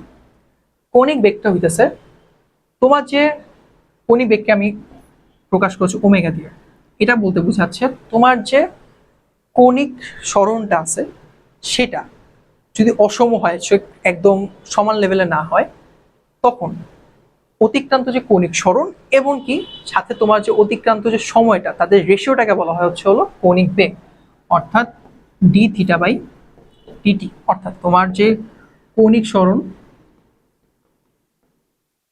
এবং অতিক্রান্ত সময় রেশিওটাকে বলা হয় কৌণিক বেগ। Omega equals D by T, omega equals D theta by DT. আচ্ছা ওমেগা ইকুয়ালস টু হিসাবে বলা যায় হচ্ছে 2 পাই বাই টি, ওই যে পর্যায়বৃত্তের পর্যায়কালে যে সূত্রটা আছে omega equals to 2 pi by T, ওইখান থেকে আসে। বা ওমেগা ইকুয়ালস টু আমরা এটাও জানি যে 2 পাই এফ। ঠিক আছে, ক্লিয়ার? এই জিনিসটা আমার আসতেছে। তো আচ্ছা তাহলে আমরা কৌণিক বেগটা বুঝলাম, কৌণিক বেগের এককটা কি হইতে পারে? এককটা হইতে পারে যে রেডিয়াস, এটা একক যেহেতু রেডিয়াস, এটা যদি সেকেন্ড, রেডিয়াস পার সেকেন্ড। এছাড়া একে আমরা বলতে পারি আরপিএম, রাউন্ড পার মিনিট বলা যেতে পারে। কৌণিক বেগকে রাউন্ড পার মিনিট ধরে প্রকাশ করা যেতে পারে, অথবা রেডিয়াস পার সেকেন্ড প্রকাশ করা যেতে পারে। আচ্ছা এবার আসো যে আমরা জিনিসটা শিখবো সেটা হইতেছে ভাই রৈখিক বেগ এবং কৌণিক বেগের মধ্যে সম্পর্কটা কি। রৈখিক বেগ এবং কৌণিক বেগের মধ্যে সম্পর্কটা কি আসলে?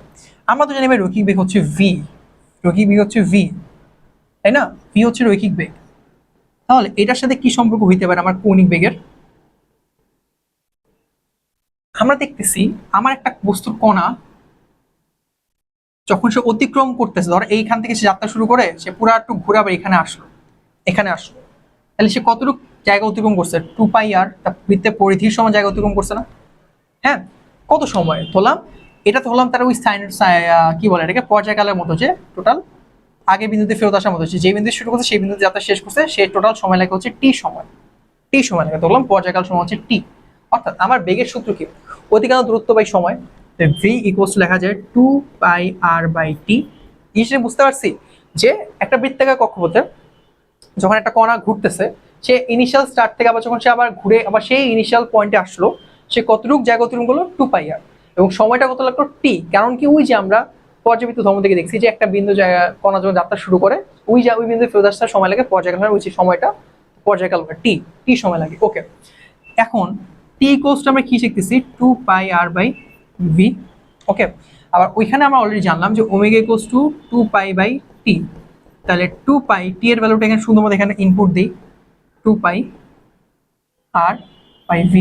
2π কাটা চলে যাচ্ছে, আসছে v/r ওমেগা। তাহলে ফর্মুলা আসছে কি? v equals to omega R. Omega এবং ভি এর মধ্যে সম্পর্ক হচ্ছে এটা। ক্লিয়ার? ওমেগা এবং ভি এর মধ্যে সম্পর্ক হচ্ছে এটা, বুঝে গেছি তাহলে আমরা। ওকে, আর এরপর হচ্ছে হলো কৌণিক ত্বরণ। কৌণিক ত্বরণটা হচ্ছে আলফা দিয়ে প্রকাশ করা হয়, আলফা দিয়ে কৌণিক ত্বরণটা প্রকাশ করা হয়। কৌণিক ত্বরণটা বোঝায় হয় এই যে আমার আলফা, কৌণিক ত্বরণটা হচ্ছে হলো সময়ের সাথে তোমার যে কৌণিক বেগের যে পরিবর্তনটা তাকে বলা হয় হচ্ছে আলফা। ওকে, এখন এইটা ইজিলি আরেকটা ভাবে প্রমাণ করা যেতে পারে যে আলফা, যেহেতু একটা জিনিস বললাম যে যখন সময়ের খুব শূন্যের কাছে চলে যাবে, যে আলফা ইকুয়ালস টু হচ্ছে হলো LT of T proportional to 0, instance to 0 হলে D D theta by W যদি হয়,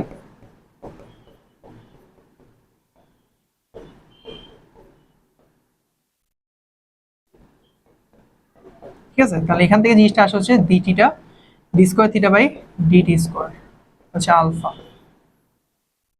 ওকে, D square theta by DT square, এটা আসতেছে, জাস্ট এটা দেখানোর জন্য আমি রাখলাম। এবং এটার এককটা যদি বলি radius per second, radius per second square. মাত্রাটা কি হবে? মাত্রাটা ইম্পর্টেন্ট। মাত্রাটা হচ্ছে হলো যেমন ওমেগার মাত্রা হচ্ছে হলো, ওমেগা হচ্ছে হলো যে v/r, ভি হচ্ছে LT ইনভার্স 1/L, মানে টি ইনভার্স 1। ওমেগা মাত্রা হচ্ছে টি ইনভার্স 1, তাহলে আলফা মাত্রা হবে হলো যে ওমেগা বাই টি হচ্ছে হলো টি ইনভার্স 1/t, অর্থাৎ টি ইনভার্স 2 আলফা মাত্রা। স্যার এগুলো মনে রাখবো, এগুলো এমসিকিউতে আসে পরীক্ষা, প্রচন্ড ভাবে এমসিকিউতে আসে। ওকে, সো কৌণিক ভরবেগ এবং গতিশক্তি। কৌণিক ভরবেগটা যদি দেখি এল, কৌণিক ভরকে এল দিয়ে প্রকাশ করা হয়, R cross P. Okay, equals to R P sine theta. Clear? এগুলো মনে রাখতে হবে। আর ক্রস পি, তারপর হচ্ছে আই ওমেগা বলা যায়, আই ওমেগা। আই হচ্ছে জড়তার ভ্রামক, ওমেগা হচ্ছে হলো তোমার কৌণিক বেগ। ওকে, সো এইগুলো একটু যদি মনে রাখি আমরা, মোটামুটি ধরো যে ম্যাথ যখন করবো এগুলো আমার লাগবে। কৌণিক ভরবেগ এটা তো আমাদের নর্মাল ভরবেগের, পি এর সাথে যখন আমি জাস্ট ব্যাসার্ধটা গুণ দিচ্ছি তখন আমার কৌণিক ভরবেগটা পেয়ে যাচ্ছে। ক্লিয়ার? সো চলো পরের পার্টে যাই। এমসিকিউ বলছে, এটা ইম্পর্টেন্ট এমসিকিউ, এই এমসিকিউ গুলো পরীক্ষায় বারবার আসে, সো এগুলো একটু ভালো করে আমাদের বুঝতে হবে। একটি পাখা প্রতি মিনিটে 30 মিনিট মানে 30 বার ঘুরতেছে। দেখো 60 সেকেন্ডে 30 বার ঘুরছে, এন দিছে, টি দেওয়া আছে, এন দেওয়া আছে, কয়বার ঘুরছে 30 বার। ওই যে আমাদের ফর্মুলা ছিল W equals to 2π/t, 2π into n by T equals to 2πf। এই যে ফর্মুলা আসতেছে এখান থেকে এটা আসে, ঠিক আছে? সো কৌণিক বেগ কত? ওমেগা বের করতে বলছে। ওমেগা ইকুয়ালস টু 2π, n হচ্ছে কত ভাই? 30, হোলসে 30 সেকেন্ডে ঘুরতেছে, pi. That's it, that's the answer, pi radius per second. Okay, বেশি গুচ্ছ আসছিল অবশ্যটা। ওকে, পরেরটা যে একটি ঘড়ির, এই কোশ্চেনটা অনেক ইম্পর্টেন্ট। কেন? এই কোশ্চেনটা প্রতি বছর এবারও তুমি পাবা, যখন তুমি অ্যাডমিশন দিবা তুমি এই কোশ্চেনটা এবারও পাবা। সো এই কোশ্চেনটা আমাদের মিস করার কোনো ওয়েই নেই। কিন্তু এই কোশ্চেন আমরা ভুল করি, আমরা প্রত্যেকেই এই কোশ্চেনটা ভুল করি। এই কোশ্চেনটা ভুল করবো না, ক্লিয়ার? দেখো, একটি ঘড়ির সেকেন্ড, মিনিট এবং ঘন্টা কাটা কৌণিক বেগ অনুপাত নির্ণয় করতে বলছে। একটা ঘড়ির কৌণিক বেগের অনুপাত, কৌণিক বেগ 2π/t না? তাহলে ধরি আমার যদি সেকেন্ডে কাটা হয় তাহলে 2π/60 সেকেন্ড। মিনিটে কাটার জন্য কি হবে? 2π/60 × 60, 1 মিনিটের জন্য 66 সেকেন্ড। আর হচ্ছে হলো ইয়ার জন্য, কৌণিক বেগের জন্য কি হবে? 2π। ইয়ার জন্য ঘন্টা কাটার জন্য কি হবে? ঘন্টা মানে কতক্ষণ ঘুরে? ঘড়িতে ঘন্টা কাটা কতক্ষণ ঘুরে? 12 ঘন্টা একবার ঘুরে আসে। 12 ঘন্টা কত মিনিট? 60 minute 60 second. বুঝছি এটা? ওকে, তাহলে উপর থেকে প্রত্যেকটা পাই কাটা চলে যাচ্ছে, 2π কাটা চলে যাচ্ছে।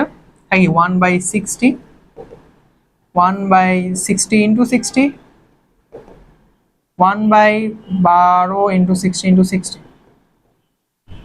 তুমি সব থেকে 60 বাদ দাও, তাহলে কি থাকে? 1/1, 1/60, 1/12, 60, তাই না? এটা থাকে তো। এখন আমরা এখানে ভুলটা করি, এটা গুণফল করলে কিন্তু 720 আসে, 720ও লিখতে পারো। এটা দেখে আমরা ভাবি আমার অ্যান্সারটা ভাই এটা হবে যে 720 দিয়ে গুণ, মানে অনেকে ফার্স্টে আমরা এটা ভাবি যে ভাই একদল শ্রেণী আমরা আসি যারা এখানে এই অ্যান্সারটাকে দাগ দেই যে 1:60 × 720, মানে আমরা বলি এটা উল্টা দিলেই তো হয়ে যাচ্ছে অ্যান্সার। আরেক দল আছে যারা এই জিনিসটাকে 720 দিয়ে ঠিকই গুণ করি, প্রসেসটা এটাই, 720 দিয়ে গুণ করে রেশিওটা নিয়ে আসা। তাহলে কি 720, 12 আর 1 এরকম আসে না? আমরা ভুলটা কই করি, আমরা 720 লিখি, ঠিক আছে, কিন্তু এরপরে লিখি হচ্ছে 60, এরপর লিখি হচ্ছে 1, আমরা ভাবি এটা অ্যান্সার এবং আমরা একদল এটা লাগাই, কিন্তু আসলে অ্যান্সার হবে 720, 12 আর 1। 720, 12, কারণ 720কে 12 60 দিয়ে ভাগ দাও, 12 আসে। সো আমাদের হবে 720, 12 আর 1। আমাদের কিন্তু ইজিলি এই দুটো দাগে আসে ম্যাক্সিমাম ক্ষেত্রে। আমরা ভাবি যে ভাই এটা উল্টা দিলে তো এটাই হয়, একই তো, ওই এক আছে, উল্টা দিলে তো সেমই হবে না, সেম না। তোমাকে সার্টেন নাম্বার দিয়ে সবগুলোকে গুণ করে ম্যাথটা নিয়ে আসতে হবে, ক্লিয়ার? মাথায় রাখতে হবে এটা। ওকে, কৌণিক ভরবেগের একক নির্ণয় করো। কৌণিক ভরবেগ এল, আর ক্রস পি, আর হচ্ছে এল, পি হচ্ছে হলো এমভি, এম হচ্ছে হলো কে এম, ভি হচ্ছে এল টি ইনভার্স 1, তাহলে M L square T inverse 1। এগুলো প্রচন্ড ইম্পর্টেন্ট, খুব সহজ সহজ জিনিস। ও একক নির্ণয় করতে বলছে, একক হচ্ছে হলো KG, metre per second, metre, KG metre square per second, KG metre square per second. Okay, এটা হয়ে গেল। ক্যান গো টু দা জড়তার ভ্রামক। এই যে আমাদের আরেকটা ভয় পাওয়ার টপিক, জড়তার ভ্রামক। এই জিনিসটা আমরা প্রচন্ড ভয় পাই, প্রচন্ড ভয় পাই। আমি নিজে কলেজ লাইফে এটা প্রচন্ড ভয় পেয়েছি যে ভাই এটা কেমনি কি করবো না করবো। পরে দেখছি না, একটু বুঝে পড়তে পারলে এই টপিকটা অ্যাকচুয়ালি ইজি আছে। তো আমি চেষ্টা করবো আজকে ক্লাসে তোমাদেরকে একদম সহজ করে এটা বোঝানোর জন্য যে জড়তার ভ্রামকটা আমরা কিভাবে বের করতে পারি। জড়তার ভ্রামক এবং টর্ক, এই জিনিসটা আমরা শিখবো। টর্ক হচ্ছে হলো ঘূর্ণন বল, একটা বস্তু ঘুরতেছে, তার ঘূর্ণনের জন্য যে বলটা ক্রিয়েট হয় সব হচ্ছে হলো তাকে টর্ক বলা হয়, ক্লিয়ার? ওকে, আচ্ছা, জড়তার ভ্রামক জানার আগে আমরা একটা ছোট কনসেপ্ট জেনে নিই, জড়তা জিনিসটা কি। জড়তা কি? আমাদের নিউটন যে প্রথম লটা ছিল ওইটা কিন্তু জড়তার উপর নেই, যে একটা বস্তু, একটা স্থির বস্তু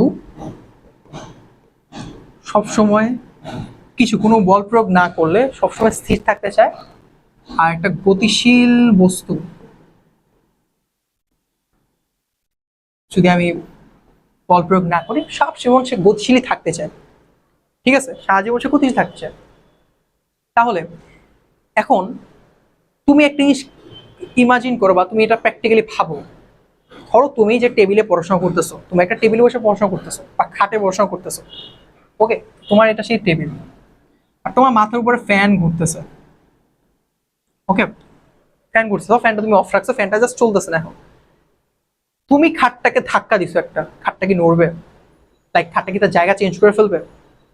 হচ্ছে না, জায়গা চেঞ্জ করতেছে না। বাট তুমি ফ্যানের একটা আঙ্গুল দিয়ে জাস্ট ফ্যানের একটা পাখাকে তুমি জাস্ট একটু এরকম করো, ফ্যানটা ঘুরবে, অর্থাৎ আমাকে বুঝাও, এইটারও জড়তা ছিল, এটাও স্থির থাকতে চায়, আমি কিছুই ক্রিয়েট করি নাই, কিছুই দেই নাই, এটা স্থির ছিল, মানে এটা জড়তা আছে। ঠিক তেমনি খাটটাও জড়তা আছে, কারণ এটা স্থির জড়তা কাজ করতেছে, এটা স্থির আছে, এটাকে আমি বল প্রয়োগ না করা পর্যন্ত স্থিরই ছিল। কিন্তু যখন আমি বল প্রয়োগ করলাম, দেখলাম যে এইটা জায়গা চেঞ্জ করতেছে, বাট এটা জায়গা চেঞ্জ করতেছে না যতটুকু, মানে তুমি তোমার শক্তিও যত কিছু হয় নাই, বাট তুমি যদি আরো 2 জন 3 জন মিলে ধাক্কা, তাহলে এটা সরে যাবে। এখন যখন দেখা যাবে যে তুমি বল প্রয়োগ করার পরেও তার জায়গা চেঞ্জ হচ্ছে না, সে আগের জায়গায় রয়ে গেছে, তার মানে বুঝতে হবে তার জড়তা বেশি। আর যখন আমি হালকা বল প্রয়োগ করবো, বল প্রয়োগ করে তার জায়গা চেঞ্জ করতে পারছি, পরিবর্তন হচ্ছে, তাকে তার জড়তা কম, তার জড়তা কম। বুঝা গেছে? জড়তা কম আর জড়তা কোনটা বেশি, এই কনসেপ্টটা বুঝতে পারছি। এই কনসেপ্টটা, আচ্ছা ক্লাস কি হচ্ছে? ইয়েস, ক্লাস হচ্ছে।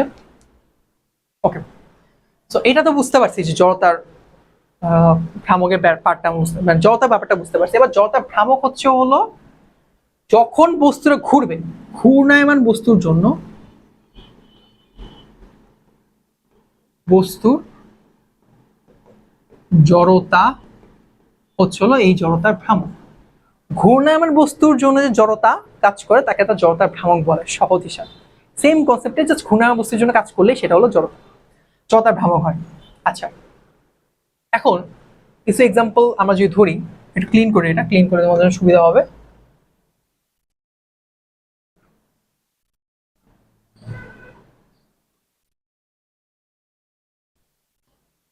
সাপোজ ধরো তোমার কাছে একটা রশি আছে, একটা বলকে তুমি রশি দিয়ে বাঁধছো, আর একটা রশি আছে ছোট রশি, তুমি একটা বলকে বাঁধছো। এখন আমাকে জাস্ট ভাবো, বলো এটা রেডিয়াস, তো একই ভর, সেম ভর, সেম ভর, বাট এটা R1 ব্যাসার্ধ, R2 ব্যাসার্ধ। সেম ছোট একটা যে দড়ি আছে, ছোট দড়িতে তুমি ঘুরাইলা, তুমি যে কম শক্তিতেই, যে শক্তি প্রয়োগ অল্প শক্তিতেই তুমি এটা ঘুরাইতে পারতেছো, ছোট ছোট ঘুরাইতে পারতেছো। হ্যাঁ, এবং যখন তুমি থামায় দিচ্ছ, সার্টেন কিছুক্ষণ পরে সে থেমে যাচ্ছে, বেশিক্ষণ ঘুরতেছে না। অর্থাৎ কম বল প্রয়োগ করলেই তুমি এটাকে ঘুরাইতে পারতেছো প্লাস থামাইতে পারতেছো। বাট এটার ক্ষেত্রে কি হচ্ছে, ওকে আরো বেশি জোরে বল প্রয়োগ করা লাগছে এটা ঘোরানোর জন্য, এবং তুমি যখন থামাই দিচ্ছ সার্টেন থামতেছে না, এটা আরো কিছু করবে, আরো সময় নিয়ে তারপর সে থামতেছে, অর্থাৎ বেশি বল প্রয়োগ করা লাগতেছে। তার মানে আমরা এখান থেকে বুঝতেছি এটা জড়তার ভ্রামক অবশ্যই বেশি, এটা জড়তার ভ্রামক কম। তার মানে বোঝাচ্ছে আমার যে জড়তার ভ্রামক আমি প্রকাশ করছি ইনার্শিয়া আই দিয়ে, প্রপোর্শনাল টু আর স্কোয়ার।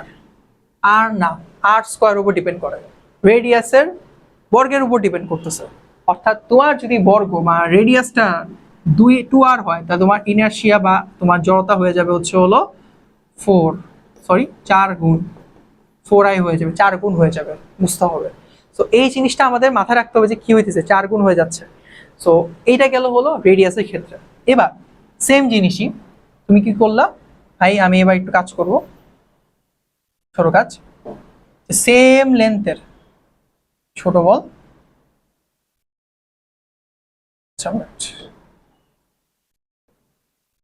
বড় বল M1 M আর আর। ওকে, এখন আমরা বলো ছোট বলটাকে ঘুরাইতে তোমার যতটুকু শক্তি বা বল লাগতেছে, বড় বলটাকে তুমি আরো বেশি বল ইউজ করতে হবে না, কারণ আরো বেশি শক্তি লাগবে, আরো বেশি বল লাগবে। তার মানে এইটার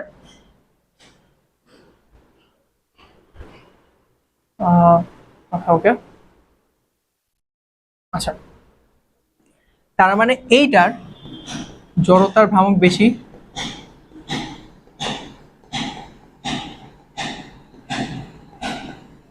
আর এটা জড়তার ভ্রামক কম। তার মানে বুঝতেছি ভর যত বেশি হবে জড়তার ভ্রামক তার সমানুপাতিক হারে বাড়বে, তার সমানুপাতিক হারে বাড়তেছে। তাহলে এই দুটো কম্বিনেশন করলে পাওয়া যায় I equals to M R square, আর কনস্ট্যান্ট ধরো প্রপোর্শনটা M আর স্কোয়ার, আর কনস্ট্যান্ট যদি একটা কে বসাও, এই কেটা বেসিক্যালি 1 হওয়ার কারণে আমরা লিখে যে I equals to M R square. That's it, ঠিক আছে, I equals M R square. এখন এই যে প্রত্যেকটা জিনিস শিখলাম, এই প্রত্যেকটা জিনিস হচ্ছে বস্তুর কণার, একটা কণার জন্য, কণার জন্য, জাস্ট একটা সিঙ্গেল কণার জন্য, একটা বস্তুর জন্য না, ফুল বস্তুর জন্য না, জাস্ট একটা সার্টেন কণার জন্য। খেয়াল করো, যখন আমি বলবো না আমার একটা পুরো বস্তুর জন্য কাউন্ট করো, ভাই বস্তুর জন্য যত কাউন্ট করো, তখন কি হবে? ধরো একটা বস্তু, এটা সেই বস্তু, কাঙ্ক্ষিত সেই বস্তু, সেই বস্তুটার ধরো এখানে কেন্দ্র ভর আছে, ধরো এটা হলো m1 কণা, ধরো এখানে m2 কণা আছে, এখানে ধরো m3 কণা আছে, এখানে ধরো m4 কণা আছে, এখানে ধরো সার্টেন একটা বিন্দুতে গেলে m5 কণা আছে, আর এখানে প্রত্যেকটা রেডিয়াস ধরো r4 r1 r2 r3, মানে প্রত্যেকটা সার্টেন একটা পয়েন্ট থেকে, ভর কেন্দ্র পয়েন্ট থেকে প্রত্যেকটা বিন্দুতে প্রত্যেকটা কণার জন্য আলাদা আলাদা রেডিয়াস আছে, আলাদা আলাদা ভর আছে। অর্থাৎ একটা বস্তুর মধ্যে আমরা যে লাখ লাখ কোটি কোটি কণা আছে, লাখ লাখ কোটি কোটি ভর আছে, ভরের কণা আছে, ওইটার জন্য আলাদা আলাদা লাখ লাখ কোটি কোটি রেডিয়াস আছে।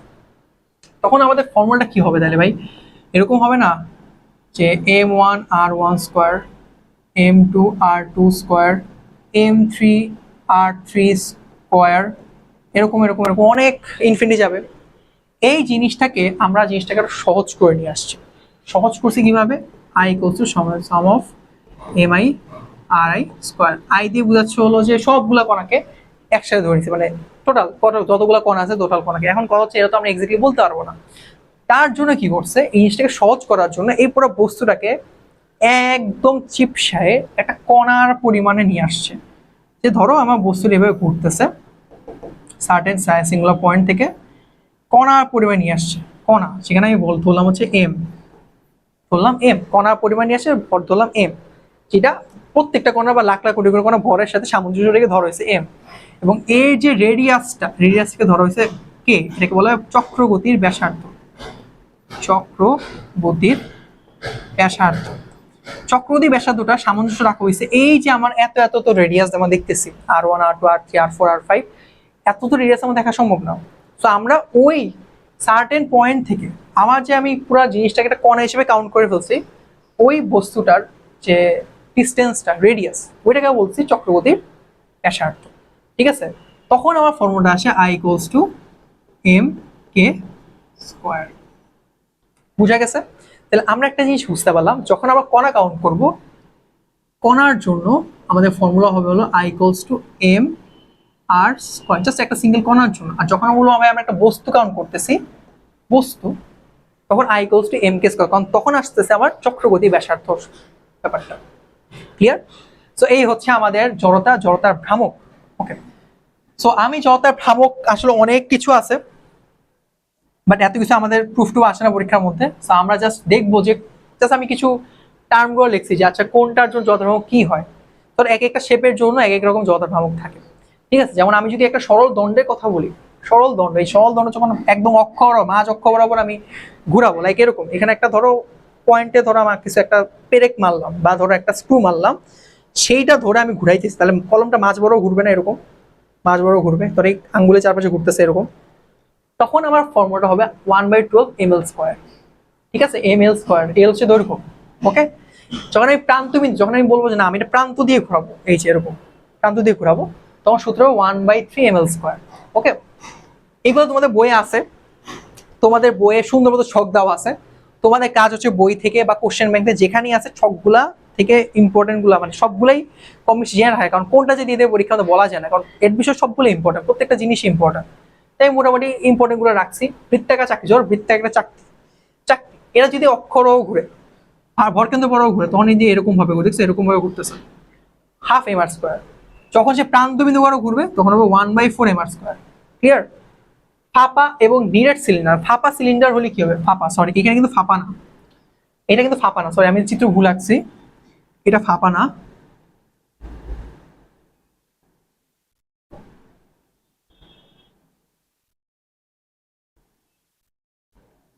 এটা ফাঁপা, সরি এটা ফাঁপা, এটা হচ্ছে নিরেট। ফাঁপা হলে mr স্কোয়ার, নিরেট হলে হাফ mr স্কোয়ার। ঠিক আছে, এটা মাথায় রাখতে হবে। আচ্ছা, আয়তাকার পাত হলে কি হবে, যে একটা আয়তাকার পাত হইলে আমাদের এটা ধরো এ লেন্থ, এটা ধরো সরি এটা লেন্থ, এটা বি, তাহলে 1/12 একদম পুরো মাঝ বরাবর ঘুরবে, হাফ 1/12 এল স্কোয়ার প্লাস বি স্কোয়ার। আর যদি হয় না ভাই প্রান্তবিন্দু বরাবর যদি হয় 1/12 ml স্কোয়ার। ওকে, আবার যদি হয় বৃত্তাকার রিং, রিং ফাঁপা, মাঝে ফাঁকা আছে, তাহলে কি mr স্কোয়ার। আর যদি ব্যাস বড় না, হাফ mr স্কোয়ার হবে। সো এইগুলো একটু আমাদের মুখস্থ রাখতে হবে।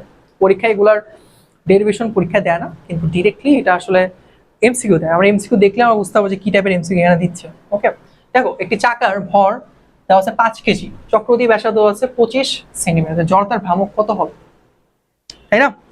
সো চাকার ভর দেওয়া আছে এম, চক্রবর্তী ব্যাস দেওয়া আছে কে, তাহলে আমরা জানি কি এম কে স্কোয়ার, তাই না? এম কে স্কোয়ার, এম হচ্ছে 5, কে হচ্ছে হলো 25 মানে 25 হোল স্কোয়ার, তাই না? 5 ইন্টু 25 ইন্টু 25 বাই হচ্ছে 100 ইন্টু 100। কেন 100 ইন্টু 100 করলাম ভাইয়া বলো তো? কারণ 25 মানে কি 0.5 মানে কি 25/100, 25/100, দ্যাটস ইট। এবার আমরা ওই যে স্কোয়ারের ফর্মুলা খাটাই, 25 হোল স্কোয়ার না, এটা খাটাই কত হবে? 5 কি করলে হয় 25, 2 আলাদা রাখি যেহেতু বেশি আসতেছে, 2 কে করলে 4 হয়, 5 দুগুণে 10 আর 2 হচ্ছে 20, 20 হয়, 20 এর 0 আর 2 যোগ করলে 2 হয়, 4 আর 2 হলো 6 হয়। তো এই হচ্ছে আমাদের 625। 625 এর তুমি গুণ করবো হচ্ছে 5, 5 কে গুণ করো, 5 কে 5 5 25 5 হাতে আছে 2, 2 5 দুগুণে 10 আর 2 12, হাতে আছে 1, 5 6 30 আর 1 31, 31 বাই,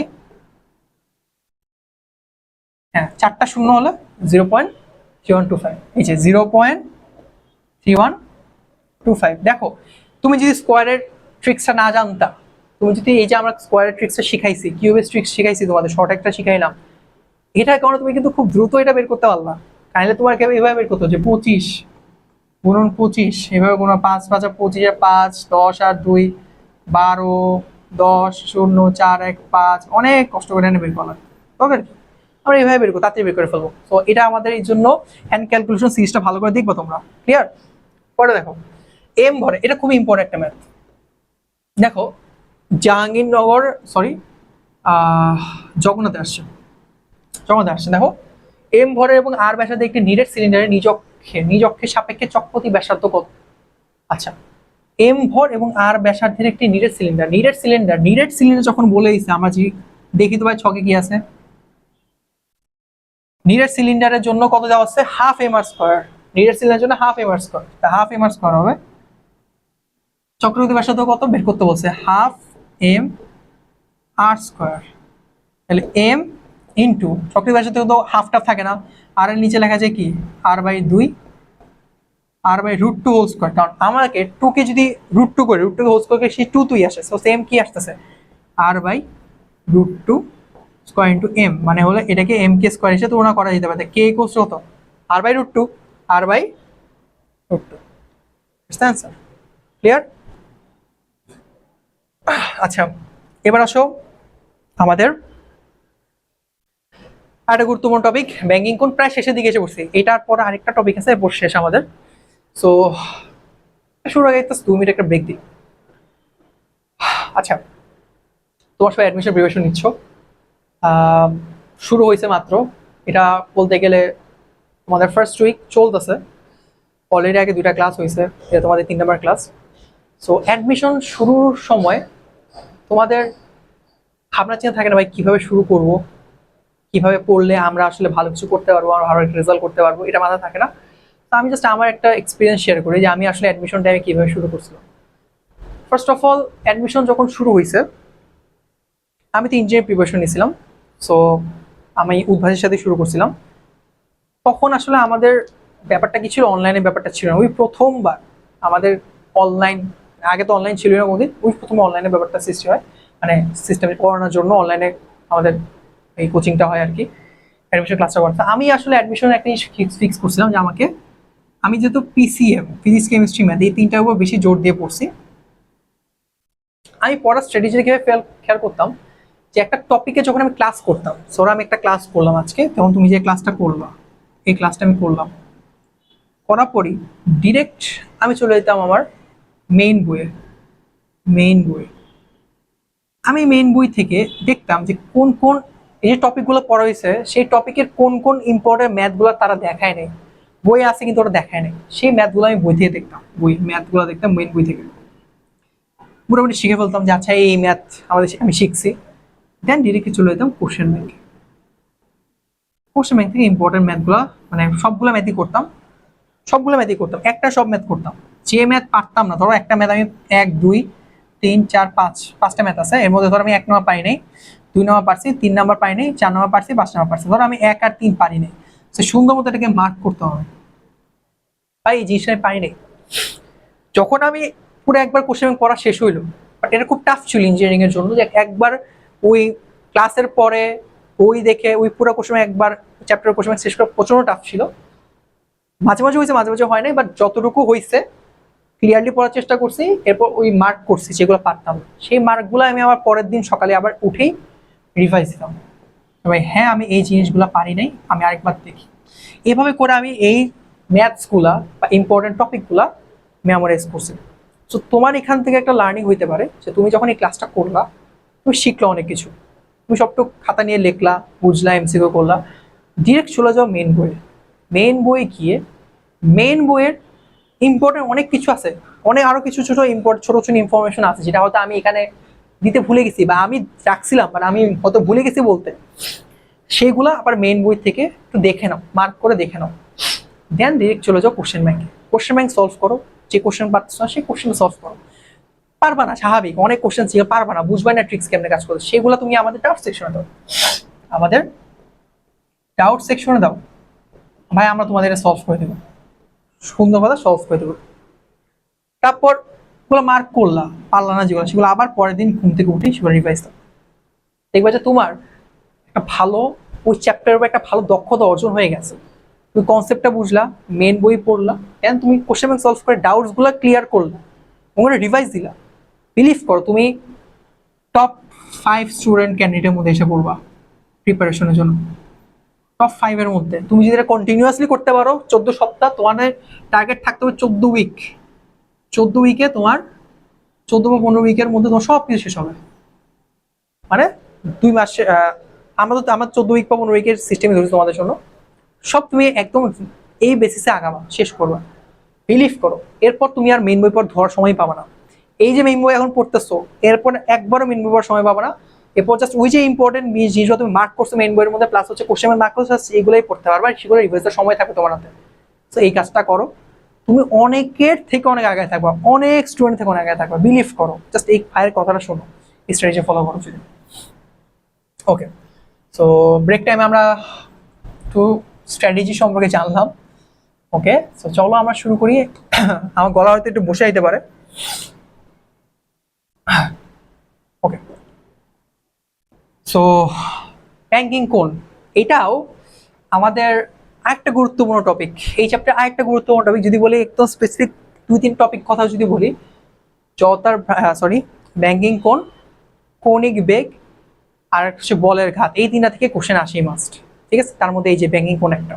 ওকে, ব্যাংকিং কোন পড়ার আগে একটা জিনিস আমাদের একটু শিখে রাখা ভালো, যে একটা বস্তুর কেন্দ্রমুখী বল এবং কেন্দ্র বিমুখী বল ব্যাপারটা কি। ধর একটা বস্তু কন্টিনিউয়াসলি, এই ধরো একটা সুতা দিয়ে তুমি একটা বলকে তুমি বাঁধছো, বাইরে তুমি কন্টিনিউয়াসলি এই রেঞ্জে ঘুরাইতেছো। এখন এই বলটা কন্টিনিউয়াসলি যাবে ভাই সার্টেন একটা বেগে, ছিটকে চলে যাইতে, কিন্তু ছিটকে পারতেছে না, দড়ি তো ছিটতেছে না। তোমার যদি দড়িটা ছিঁড়ে যাইতো তাহলে কিন্তু কি হইতো, তোমার এই বলটাও ছিটকে চলে যেত। যদি কোনো দড়িটা হাত ফসকে যায় বা মানে দড়িটা ছিঁড়ে যায়, তাহলে এই কাজটা হবে। এখন বেসিক্যালি তোমার এখানে একটা কেন্দ্র বিমুখী বল কাজ করতেছে এবং বিমুখী বিমুখী বল কাজ করতেছে, আর এদিকে একটা কেন্দ্রমুখী বল কাজ করতেছে। দুইটা সমান হওয়ার কারণে বেসিক্যালি বলটা ছিটকে যাচ্ছে না। এটাকে আমরা সেন্টিপিটাল ফোর্স এফসি দিয়ে প্রকাশ করি, এমভি স্কোয়ার বাই আর, এটা মনে রাখবা, এমভি স্কোয়ার বাই আর। এখন ব্যাংকিং কোণের সাথে এটা সম্পর্কটা কি, এটা আমাদের বোঝা লাগবে। সাপোজ এখন আমাদের কেন্দ্র বিমুখী বলের যে কনসেপ্টটা আছে সেটা বেসিক্যালি ব্যাংকিং কোণের জন্য লাগবে। কেমন, সাপোজ ধরো তুমি সাইকেল চালাচ্ছ। এখন সাইকেল চালাতে তুমি একটা রাস্তা বাঁক নিবা, লাইক ধরো তো তোমার রাস্তাটা এরকম বাঁক আছে, তুমি এরকম সাইকেল চালা যাবে, তাহলে তুমি কি এখন সোজা চালাইতে পারবা? তোমাকে অবশ্যই সাইকেলটা কিছুক্ষণ বাঁকাইতে হবে, তাই না? তোমার সাইকেলটা কিছুক্ষণ বাঁকাই, সাপোজ ধরো তোমার সাইকেলটা এরকম, ধরো যে এরকম তুমি বাঁকাইছো, রোডের মধ্যে তুমি বাঁকাইছো, আমি জাস্ট এটা বোঝানোর জন্য দেখাচ্ছি। তো তুমি সাইকেল এখানে বসে আসো, সাইকেলটা এখানে চালাইতেছো, হ্যান্ডেল আছে এখানে, পিছনে একটা চাকা আছে, তারপর তুমি এখানে সাইকেলটা এখানে বাঁকাই যাচ্ছ, বিকজ তুমি সাইকেল মানে বাঁকা একটা রাস্তার মধ্যে টার্ন নিবা। এখন যখন তুমি বাঁকাভাবে টার্ন নিচ্ছ, একটু হেলে টার্ন নিচ্ছ, বুঝতে হবে তার যে প্রতিক্রিয়া বলটাও হেলে কাজ করতেছে।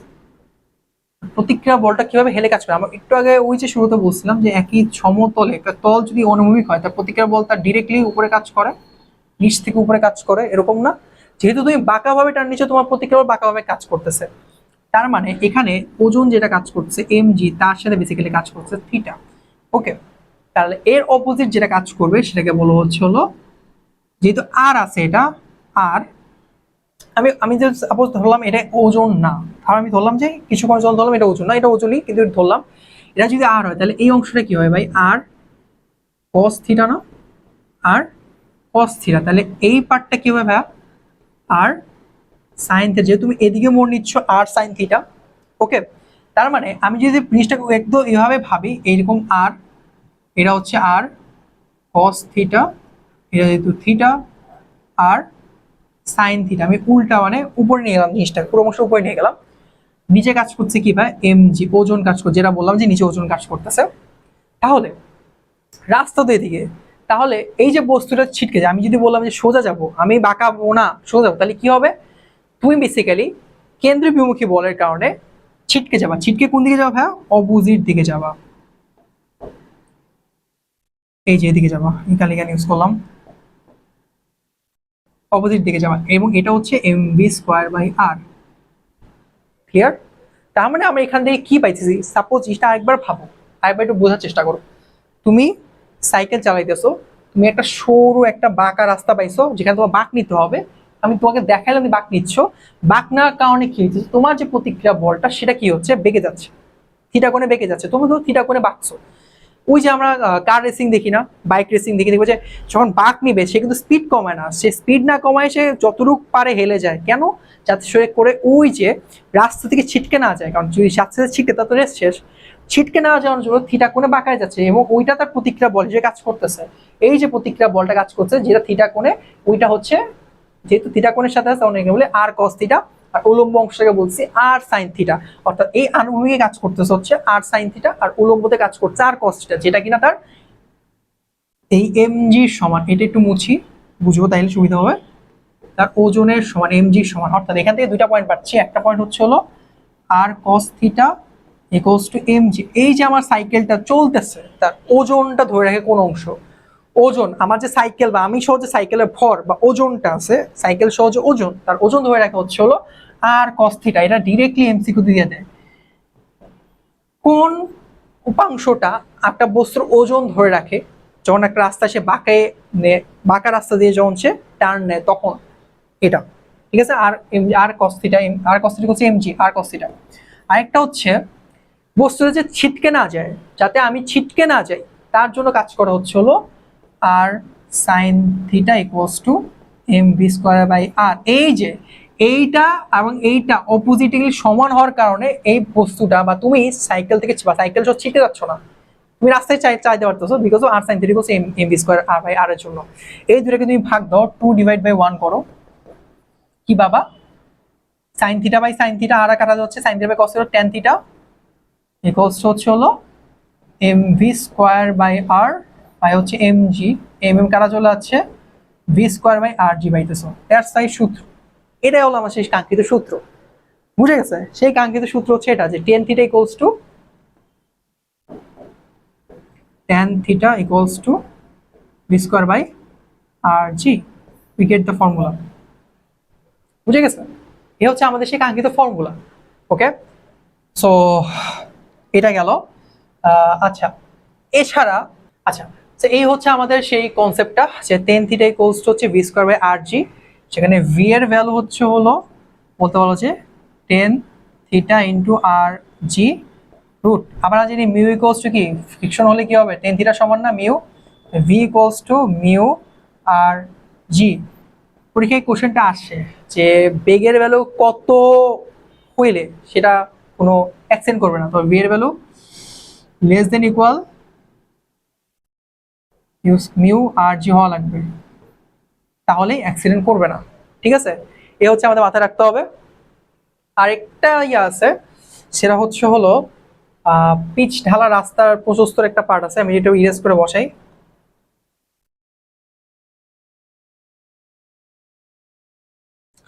আচ্ছা এই জিনিসটাই যদি আমি তোমাকে বুঝাইলাম, এভাবে জিনিসটা চিত্রকে বোঝাতে জিনিসটা বুঝতে পারবা। সাপোজ ধরো তোমার তোমার এই ধরো তোমার রাস্তাটা এরকম থিটা কোণে বাঁকা নিছে, বাঁক নিছে, ওকে ওকে, থিটা কোণে বাঁক নিছে, তুমি সাইকেল চালাইতেছো, এখানে সেম জিনিসটাই বুঝাইতেছি, সাইকেল চালাইতেছো। আচ্ছা এই জিনিস তো বুঝাইলাম আমি অলরেডি। সাইকেল চালাচ্ছ, তো থিটা কোণে সাইকেল চালাচ্ছ, সাইকেল চালাতে থিটা কোণে তুমি বাঁক নিছো, বাঁক নেওয়ার কারণে তোমার যে প্রতিক্রিয়া বল আর এখানে লম্বভাবে কাজ করতেছে হল আর কস থিটা, যেটা বললাম থিটা, এখানে কাজ করতেছে এম জি, আর এখানে কাজ করতেছে হচ্ছে ধরো বাঁক নিচ্ছ এখানে আর সাইন থিটা, এখানে কাজ করতেছে হচ্ছে হলো যে এম ভি স্কোয়ার বাই আর। ওকে, এখন ধরো প্রশস্ত রাস্তা, প্রশস্ত টাইপ যদি কিছু থাকে, রাস্তা প্রশস্ত ডি, থিটা আছে, রাস্তা প্রশস্ত ডি, হাইটের উচ্চতা, তাই সাইন থিটা কত, সাইন থিটা ইকুয়ালস টু হচ্ছে হলো এইচ বাই ডি। এটা দিয়েও আমরা ম্যাথ সলভ করতে পারি। ক্লিয়ার? সো এইগুলো ম্যাথ যদি আমি একটু দেখি, ভেঙে করে কিছু ম্যাথ দেখি, ভেঙে করে কিছু ম্যাথ দেখি। দেখো এখানে কি বলছে, একটি গাড়ি 50 কিলোমিটার পার আওয়ার বেগে, ম্যাথ পারা উচিত, 50 কিলোমিটার পার আওয়ার বেগে 60 মিটার ব্যাসার্ধে একটি রাস্তা মোড় নিতে হলে আনুভূমিকের সাথে রাস্তা ব্যাঙ্কিং কোণ কত ডিগ্রি হওয়া উচিত? সূত্র কি, টেন থিটা ইকুয়ালস টু কি হবে, V square by R G. V কত ভাইয়া, 50, আচ্ছা 50 ইন্টু 1000 বা হচ্ছে 3600। এটাকে অ্যাকচুয়ালি লেখা যায় কি 3.6 লেখা যায়। তো তুমি এত কিছু না লেখা লিখবা 3.6, 50 বাই 3.6, 50 বাই 3.6 হোল স্কোয়ার। আর এর ভ্যালু কত, 60, জিও তো 9.8। এখন কথা হচ্ছে এই কোশ্চেনটা দেখে মনে ভাই এটা কেমনে করবো আমরা, তাই না? এরা আসলে খুলনা ইউনিভার্সিটি আসছে, তো খুলনা ইউনিভার্সিটি ক্যালকুলেটর আছে। সো খুলনা ইউনিভার্সিটি কোশ্চেনগুলো তুমি ক্যালকুলেটর দিয়ে করতে পারো, ক্যালকুলেটর ইউজ করা যাবে। সো এই ক্যালকুলেটর ইউজ করে তুমি যেখানে অ্যান্সার আসবে সেটা তুমি অ্যান্সার দেখাও। ওকে ডান, পরে যাও।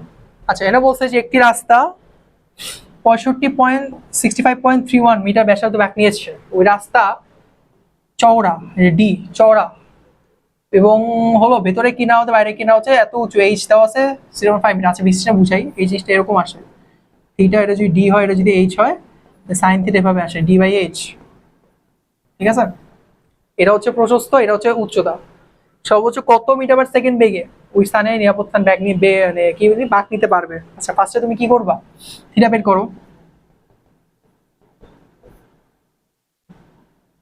আচ্ছা আচ্ছা এইচ বাই ডি হবে, ডি বাই এইচ না, সাইন থিটা ইকুয়ালস টু হলো এইচ বাই ডি, তো 0.5/5। ওকে, তাহলে থিটা তোমার কত আসে, সাইন ইনভার্স অফ 5/5 ভ্যালু বের করবা, আর tan থিটা ইকুয়ালস টু হচ্ছে হলো ভি স্কয়ার বাই আর জি। আর দিছে ভাগ নেওয়া সম্ভব হচ্ছে সর্বোচ্চ কত মিটার পার সেকেন্ডে, ভি বের করবা। থিটা যদি বের করবা, ক্যালকুলেটর যদি আছে, থিটা বসাবা এখানে 10 into sine inverse of 5/5 into R হচ্ছে হলো 65.31 9.8 রুট ওভার, শেষ। ক্যালকুলেটর করে দিবা, এটা ইজি ম্যাথ। চলো আমরা নেক্সট ম্যাথটা দেখি। এখানে কি বলছে যে ব্যাংকিং কোন একটা ম্যাথ আছে, একজন বাইক সাইকেল, দেখো এই কোশ্চেনটা কোথায় আসে, একটা বাইসাইকেল আরোহী সমতল বক্রপথে ভি বেগে ভ্রমণ করছে, সাইকেলের চাকা এবং পথের মধ্যবর্তী স্থিতিস্থাপক গুণাঙ্ক হচ্ছে মিউএস 0.50। ওকে, সাইকেলের উপর ক্রিয়ারত বক্র সমূহের নাম লিখো, মানে বল সমূহের নাম লিখো। যদি বেগ 10 মিটার পার সেকেন্ড হয়, তো সর্বনিম্ন কত ব্যাসার্ধে বৃত্তাকার পথে আর কত হবে, অলরেডি ভ্রমণ করতে পারবে। আচ্ছা এর কোশ্চেনটা হচ্ছে ডিউ 20-21, হ্যাঁ আমাদের অ্যাডমিশন আসছিল ভাই, আমাদের টাইমে অ্যাডমিশন আসছিল, কোশ্চেনে পারছিলাম, ইজি কোশ্চেন। দেখো যে আমাদের বলছে যে সর্বনিম্ন বৃত্তাকার, সর্বনিম্ন কত বেগে বৃত্তাকার পথে আরোহণ করতে পারে। সো ওই যে একটা কনসেপ্ট বুঝলাম না, যে tan থিটা ইকুয়ালস টু হচ্ছে হলো ভি স্কয়ার বাই আর জি, যেখানে tan থিটা ইকুয়ালস টু হচ্ছে মিউ স্থিতিস্থাপক গুণাঙ্কের ক্ষেত্রে, কষক গুণাঙ্কের ক্ষেত্রে। তো মিউ ইকুয়ালস টু লেখা যায় V square by R G, then V equals to হচ্ছে mu R G root over. Okay, তাহলে V square equals to mu R G, তাহলে আর ইকুয়ালস টু হচ্ছে সেম, আমি একটু ঘুরে লিখলাম যদিও দরকার ছিল ওটা, V square by mu G. Clear? Mu G, তাহলে ভি কত 10 স্কোয়ার, মিউ হচ্ছে 0.50, আর জি যদি হয় 10 দেন 9.8, 9.8 লাগো, শেষ 100 বাই 5, 15 to 100 ইন্টু 9.8, সো এই তো, দ্যাটস ইট। 200 কি 9.8 দিয়ে ভাগ দাও, কত আসে? 10 দিয়ে ভাগ করলে 20 আসে, 20 একটু কম আসবে, এটা লিখে এটা অ্যান্সার করে দিলেও হবে, সমস্যা নেই, এটার জন্য অ্যান্সার করে দিলেও হবে, কোশ্চেন একদম ইজি আসছে, ঠিক আছে? তো এটা হলো ইজি কোশ্চেন।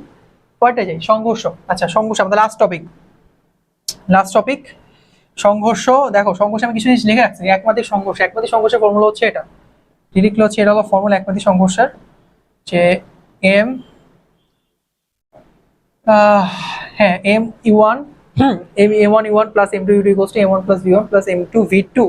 একবার সিস্টেম সংঘর্ষের আরেকটা সূত্র আছে, এটা থেকে লেখা যায় ডিরেক্টলি, এটা থেকে লেখা যায় half m1 u1 square plus half m2 u2 square equals to half m1 v1 square plus half m2 v2 square, that's it.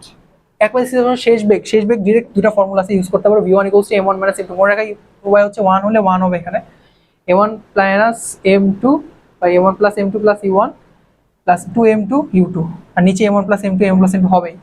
R v2 এর ক্ষেত্রে হয়, মনে রাখতে পারো, এটা এভাবে না লিখে এভাবে লিখতে পারতা, যে যে এভাবে লিখতা, যে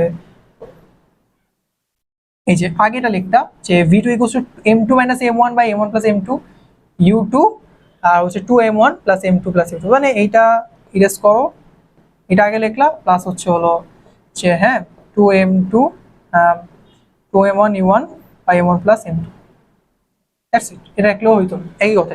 তাহলে মনে রাখার সুবিধা, 1 হলে আগে 1 হবে, 2 হইলে আগে 2 হবে, দ্যাটস ইট, মনে রাখবো। ওকে ওকে, দ্যাটস ইট। এবার দেখো যে কোশ্চেন বলছে সংঘর্ষে বোঝানোর কিছু নাই, জাস্ট নর্মাল ম্যাথ। লিখছে 5 কেজি ভরের একটি রাইফেল থেকে 20 গ্রাম ভরের বুলেট, ছোট এম বড় এম, 1000 মিটার পার সেকেন্ড বড় ভি ছোট ভি হলে পিছন দিকে রাইফেল ধাক্কাবে কত, ভি বড় ভি কত হবে? তাহলে আমরা জানি না ওই যে এম ভি প্লাস এম, আচ্ছা এম ভি ইনিশিয়ালি জিনিসটা এরকম না, জিনিসটা আছে দেখো যে ইনিশিয়ালি এটাও 0, রাইফেলের ধাক্কাও 0, কিন্তু যখন তুমি বলো না যে ফাইনালের ক্ষেত্রে কি হয়, এম ভি আছে প্লাস হচ্ছে এম ভি আছে, পশ্চাৎ বেগ মানে কি পিছনের বেগ, পিছন দিকে চলে গেছে, তো এখানে একটা মাইনাস চিহ্ন হয়তো, এখানে একটা মাইনাস চিহ্ন হয় বেসিক্যালি, মাইনাস চিহ্ন, তাহলে এখান থেকে বুঝতে পারছি M V equals to M V, তাহলে ভি ইকুয়ালস টু হচ্ছে M V by M, M হচ্ছে হলো 20 গ্রাম, 20 ইন্টু 10⁻³ 1000 বাই হচ্ছে এম হচ্ছে হলো 5 কেজি, তাহলে এইটার কারা চলে গেছে 4 metre per second, 4 metre per second, that's it. দেখছো কত ইজি ম্যাথ।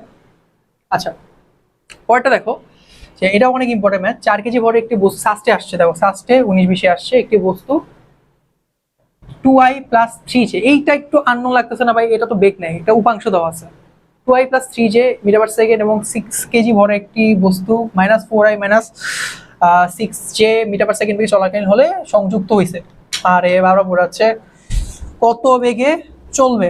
আচ্ছা বস্তুর বেগ কত বেগে চলবে, মানে চলাকালীন একত্রে কত বেগে চলবে। তো আমরা একটা জিনিস বুঝতেছি, ইনিশিয়ালি কি ছিল, m1 u1 plus m2 u2 equals to m1 plus m2 equals to v। ওকে, তাহলে আমার m1 কত, m1 হচ্ছে 4 কেজি, u1 কত দেওয়া আছে 2i 3j প্লাস m2 কত ভাই 6, হচ্ছে হলো মাইনাস 4i মাইনাস 6j, আর 4 আর 6 হচ্ছে 10 v। ওকে 8i 12j 24i 36j 10v কত হয় দেখো, কাটাকাটি গুলো আছে, মাইনাস হচ্ছে minus 16i minus 24j divide by 10 কত হয় 1.6i মাইনাস 2.4j, তাহলে এটা রুট ওভার করলে 1.6 whole square minus 2.4 whole square বেগ, দ্যাটস ইট। এ করো অ্যান্সার কিছু একটা আসবে। দেখো অ্যান্সার কি আসে, অ্যান্সার কিছু এই পাঁচটার মধ্যে কিছু একটা অ্যান্সার বের হবে। ক্লিয়ার? ওকে ওকে, এইটা আমি আসলে কি করা দিব, 90 কেজি ভরের একটি গাড়ি 10 মিটার/সেকেন্ড বেগে বিপরীত দিক থেকে আসা 30 কেজি ভরে বিপরীত দিকে আসা 30 ভরে একটা ধাক্কা দিছে, সংঘর্ষ গাড়িটি থেমে গেলে দ্বিতীয় গাড়িটির গতিবেগ কত ছিল? মানে হলো যে দুজন দুই সাইড দিয়ে আসছে, একজন এই দিয়ে আসছে 90 কেজি এবং হচ্ছে হলো 10 মিটার/সেকেন্ড বেগে, আরেকজন এই দিয়ে আসছে হলো 30 কেজি, আমি জানি ভি কত এটা বের করতে হবে। থেমে গেলে সংঘর্ষের পর গাড়ি দুটি থেমে গেছে, মানে শেষ বেগ দুইটারই শূন্য, শেষ বেগ সংঘর্ষের পর গাড়ি দুটি থেমে গেলে দ্বিতীয় গাড়িটি বেগ কত হবে? সো এটা তো ইজিলি জাস্ট নর্মাল বের করে ফেলো, নর্মালি বের করে ফেলতে পারো, লাইক এরকম ভাবে a1 প্লাস m2 u2, যদি ইনিশিয়াল জিরো এখান থেকে v2 u2 বের করে ফেলবা, শেষ। ওকে, তো হচ্ছে ম্যাথ। সো এইখানেই আমাদের আজকের হোল চ্যাপ্টার ক্লাস শেষ হইতেছে। That's it. ক্লাসটা খুব ভালো করে করো, ক্লাসটা খুব ভালো করে করো, ভালো করে করো। তারপর এখান থেকে মেন বইটা দেখো। আজকে আমরা ওই টেলিগ্রাম গ্রুপে ক্লাসটার পর তোমাদেরকে এমসিকিউ দিব, সেই এমসিকিউ গুলো অ্যান্সার করো, এই তো। তারপর হচ্ছে হলো উইকে তোমাদের এক্সামও থাকবে, এরপরে ক্লাসটা ভালো করে করো, মেন বই পর দেন কোশ্চেন সলভ করো, ইনশাল্লাহ এটাতেই হয়ে যাওয়ার কথা তোমাদের ভার্সিটি প্রিপারেশন বলো। So best of luck. Okay, ধন্যবাদ।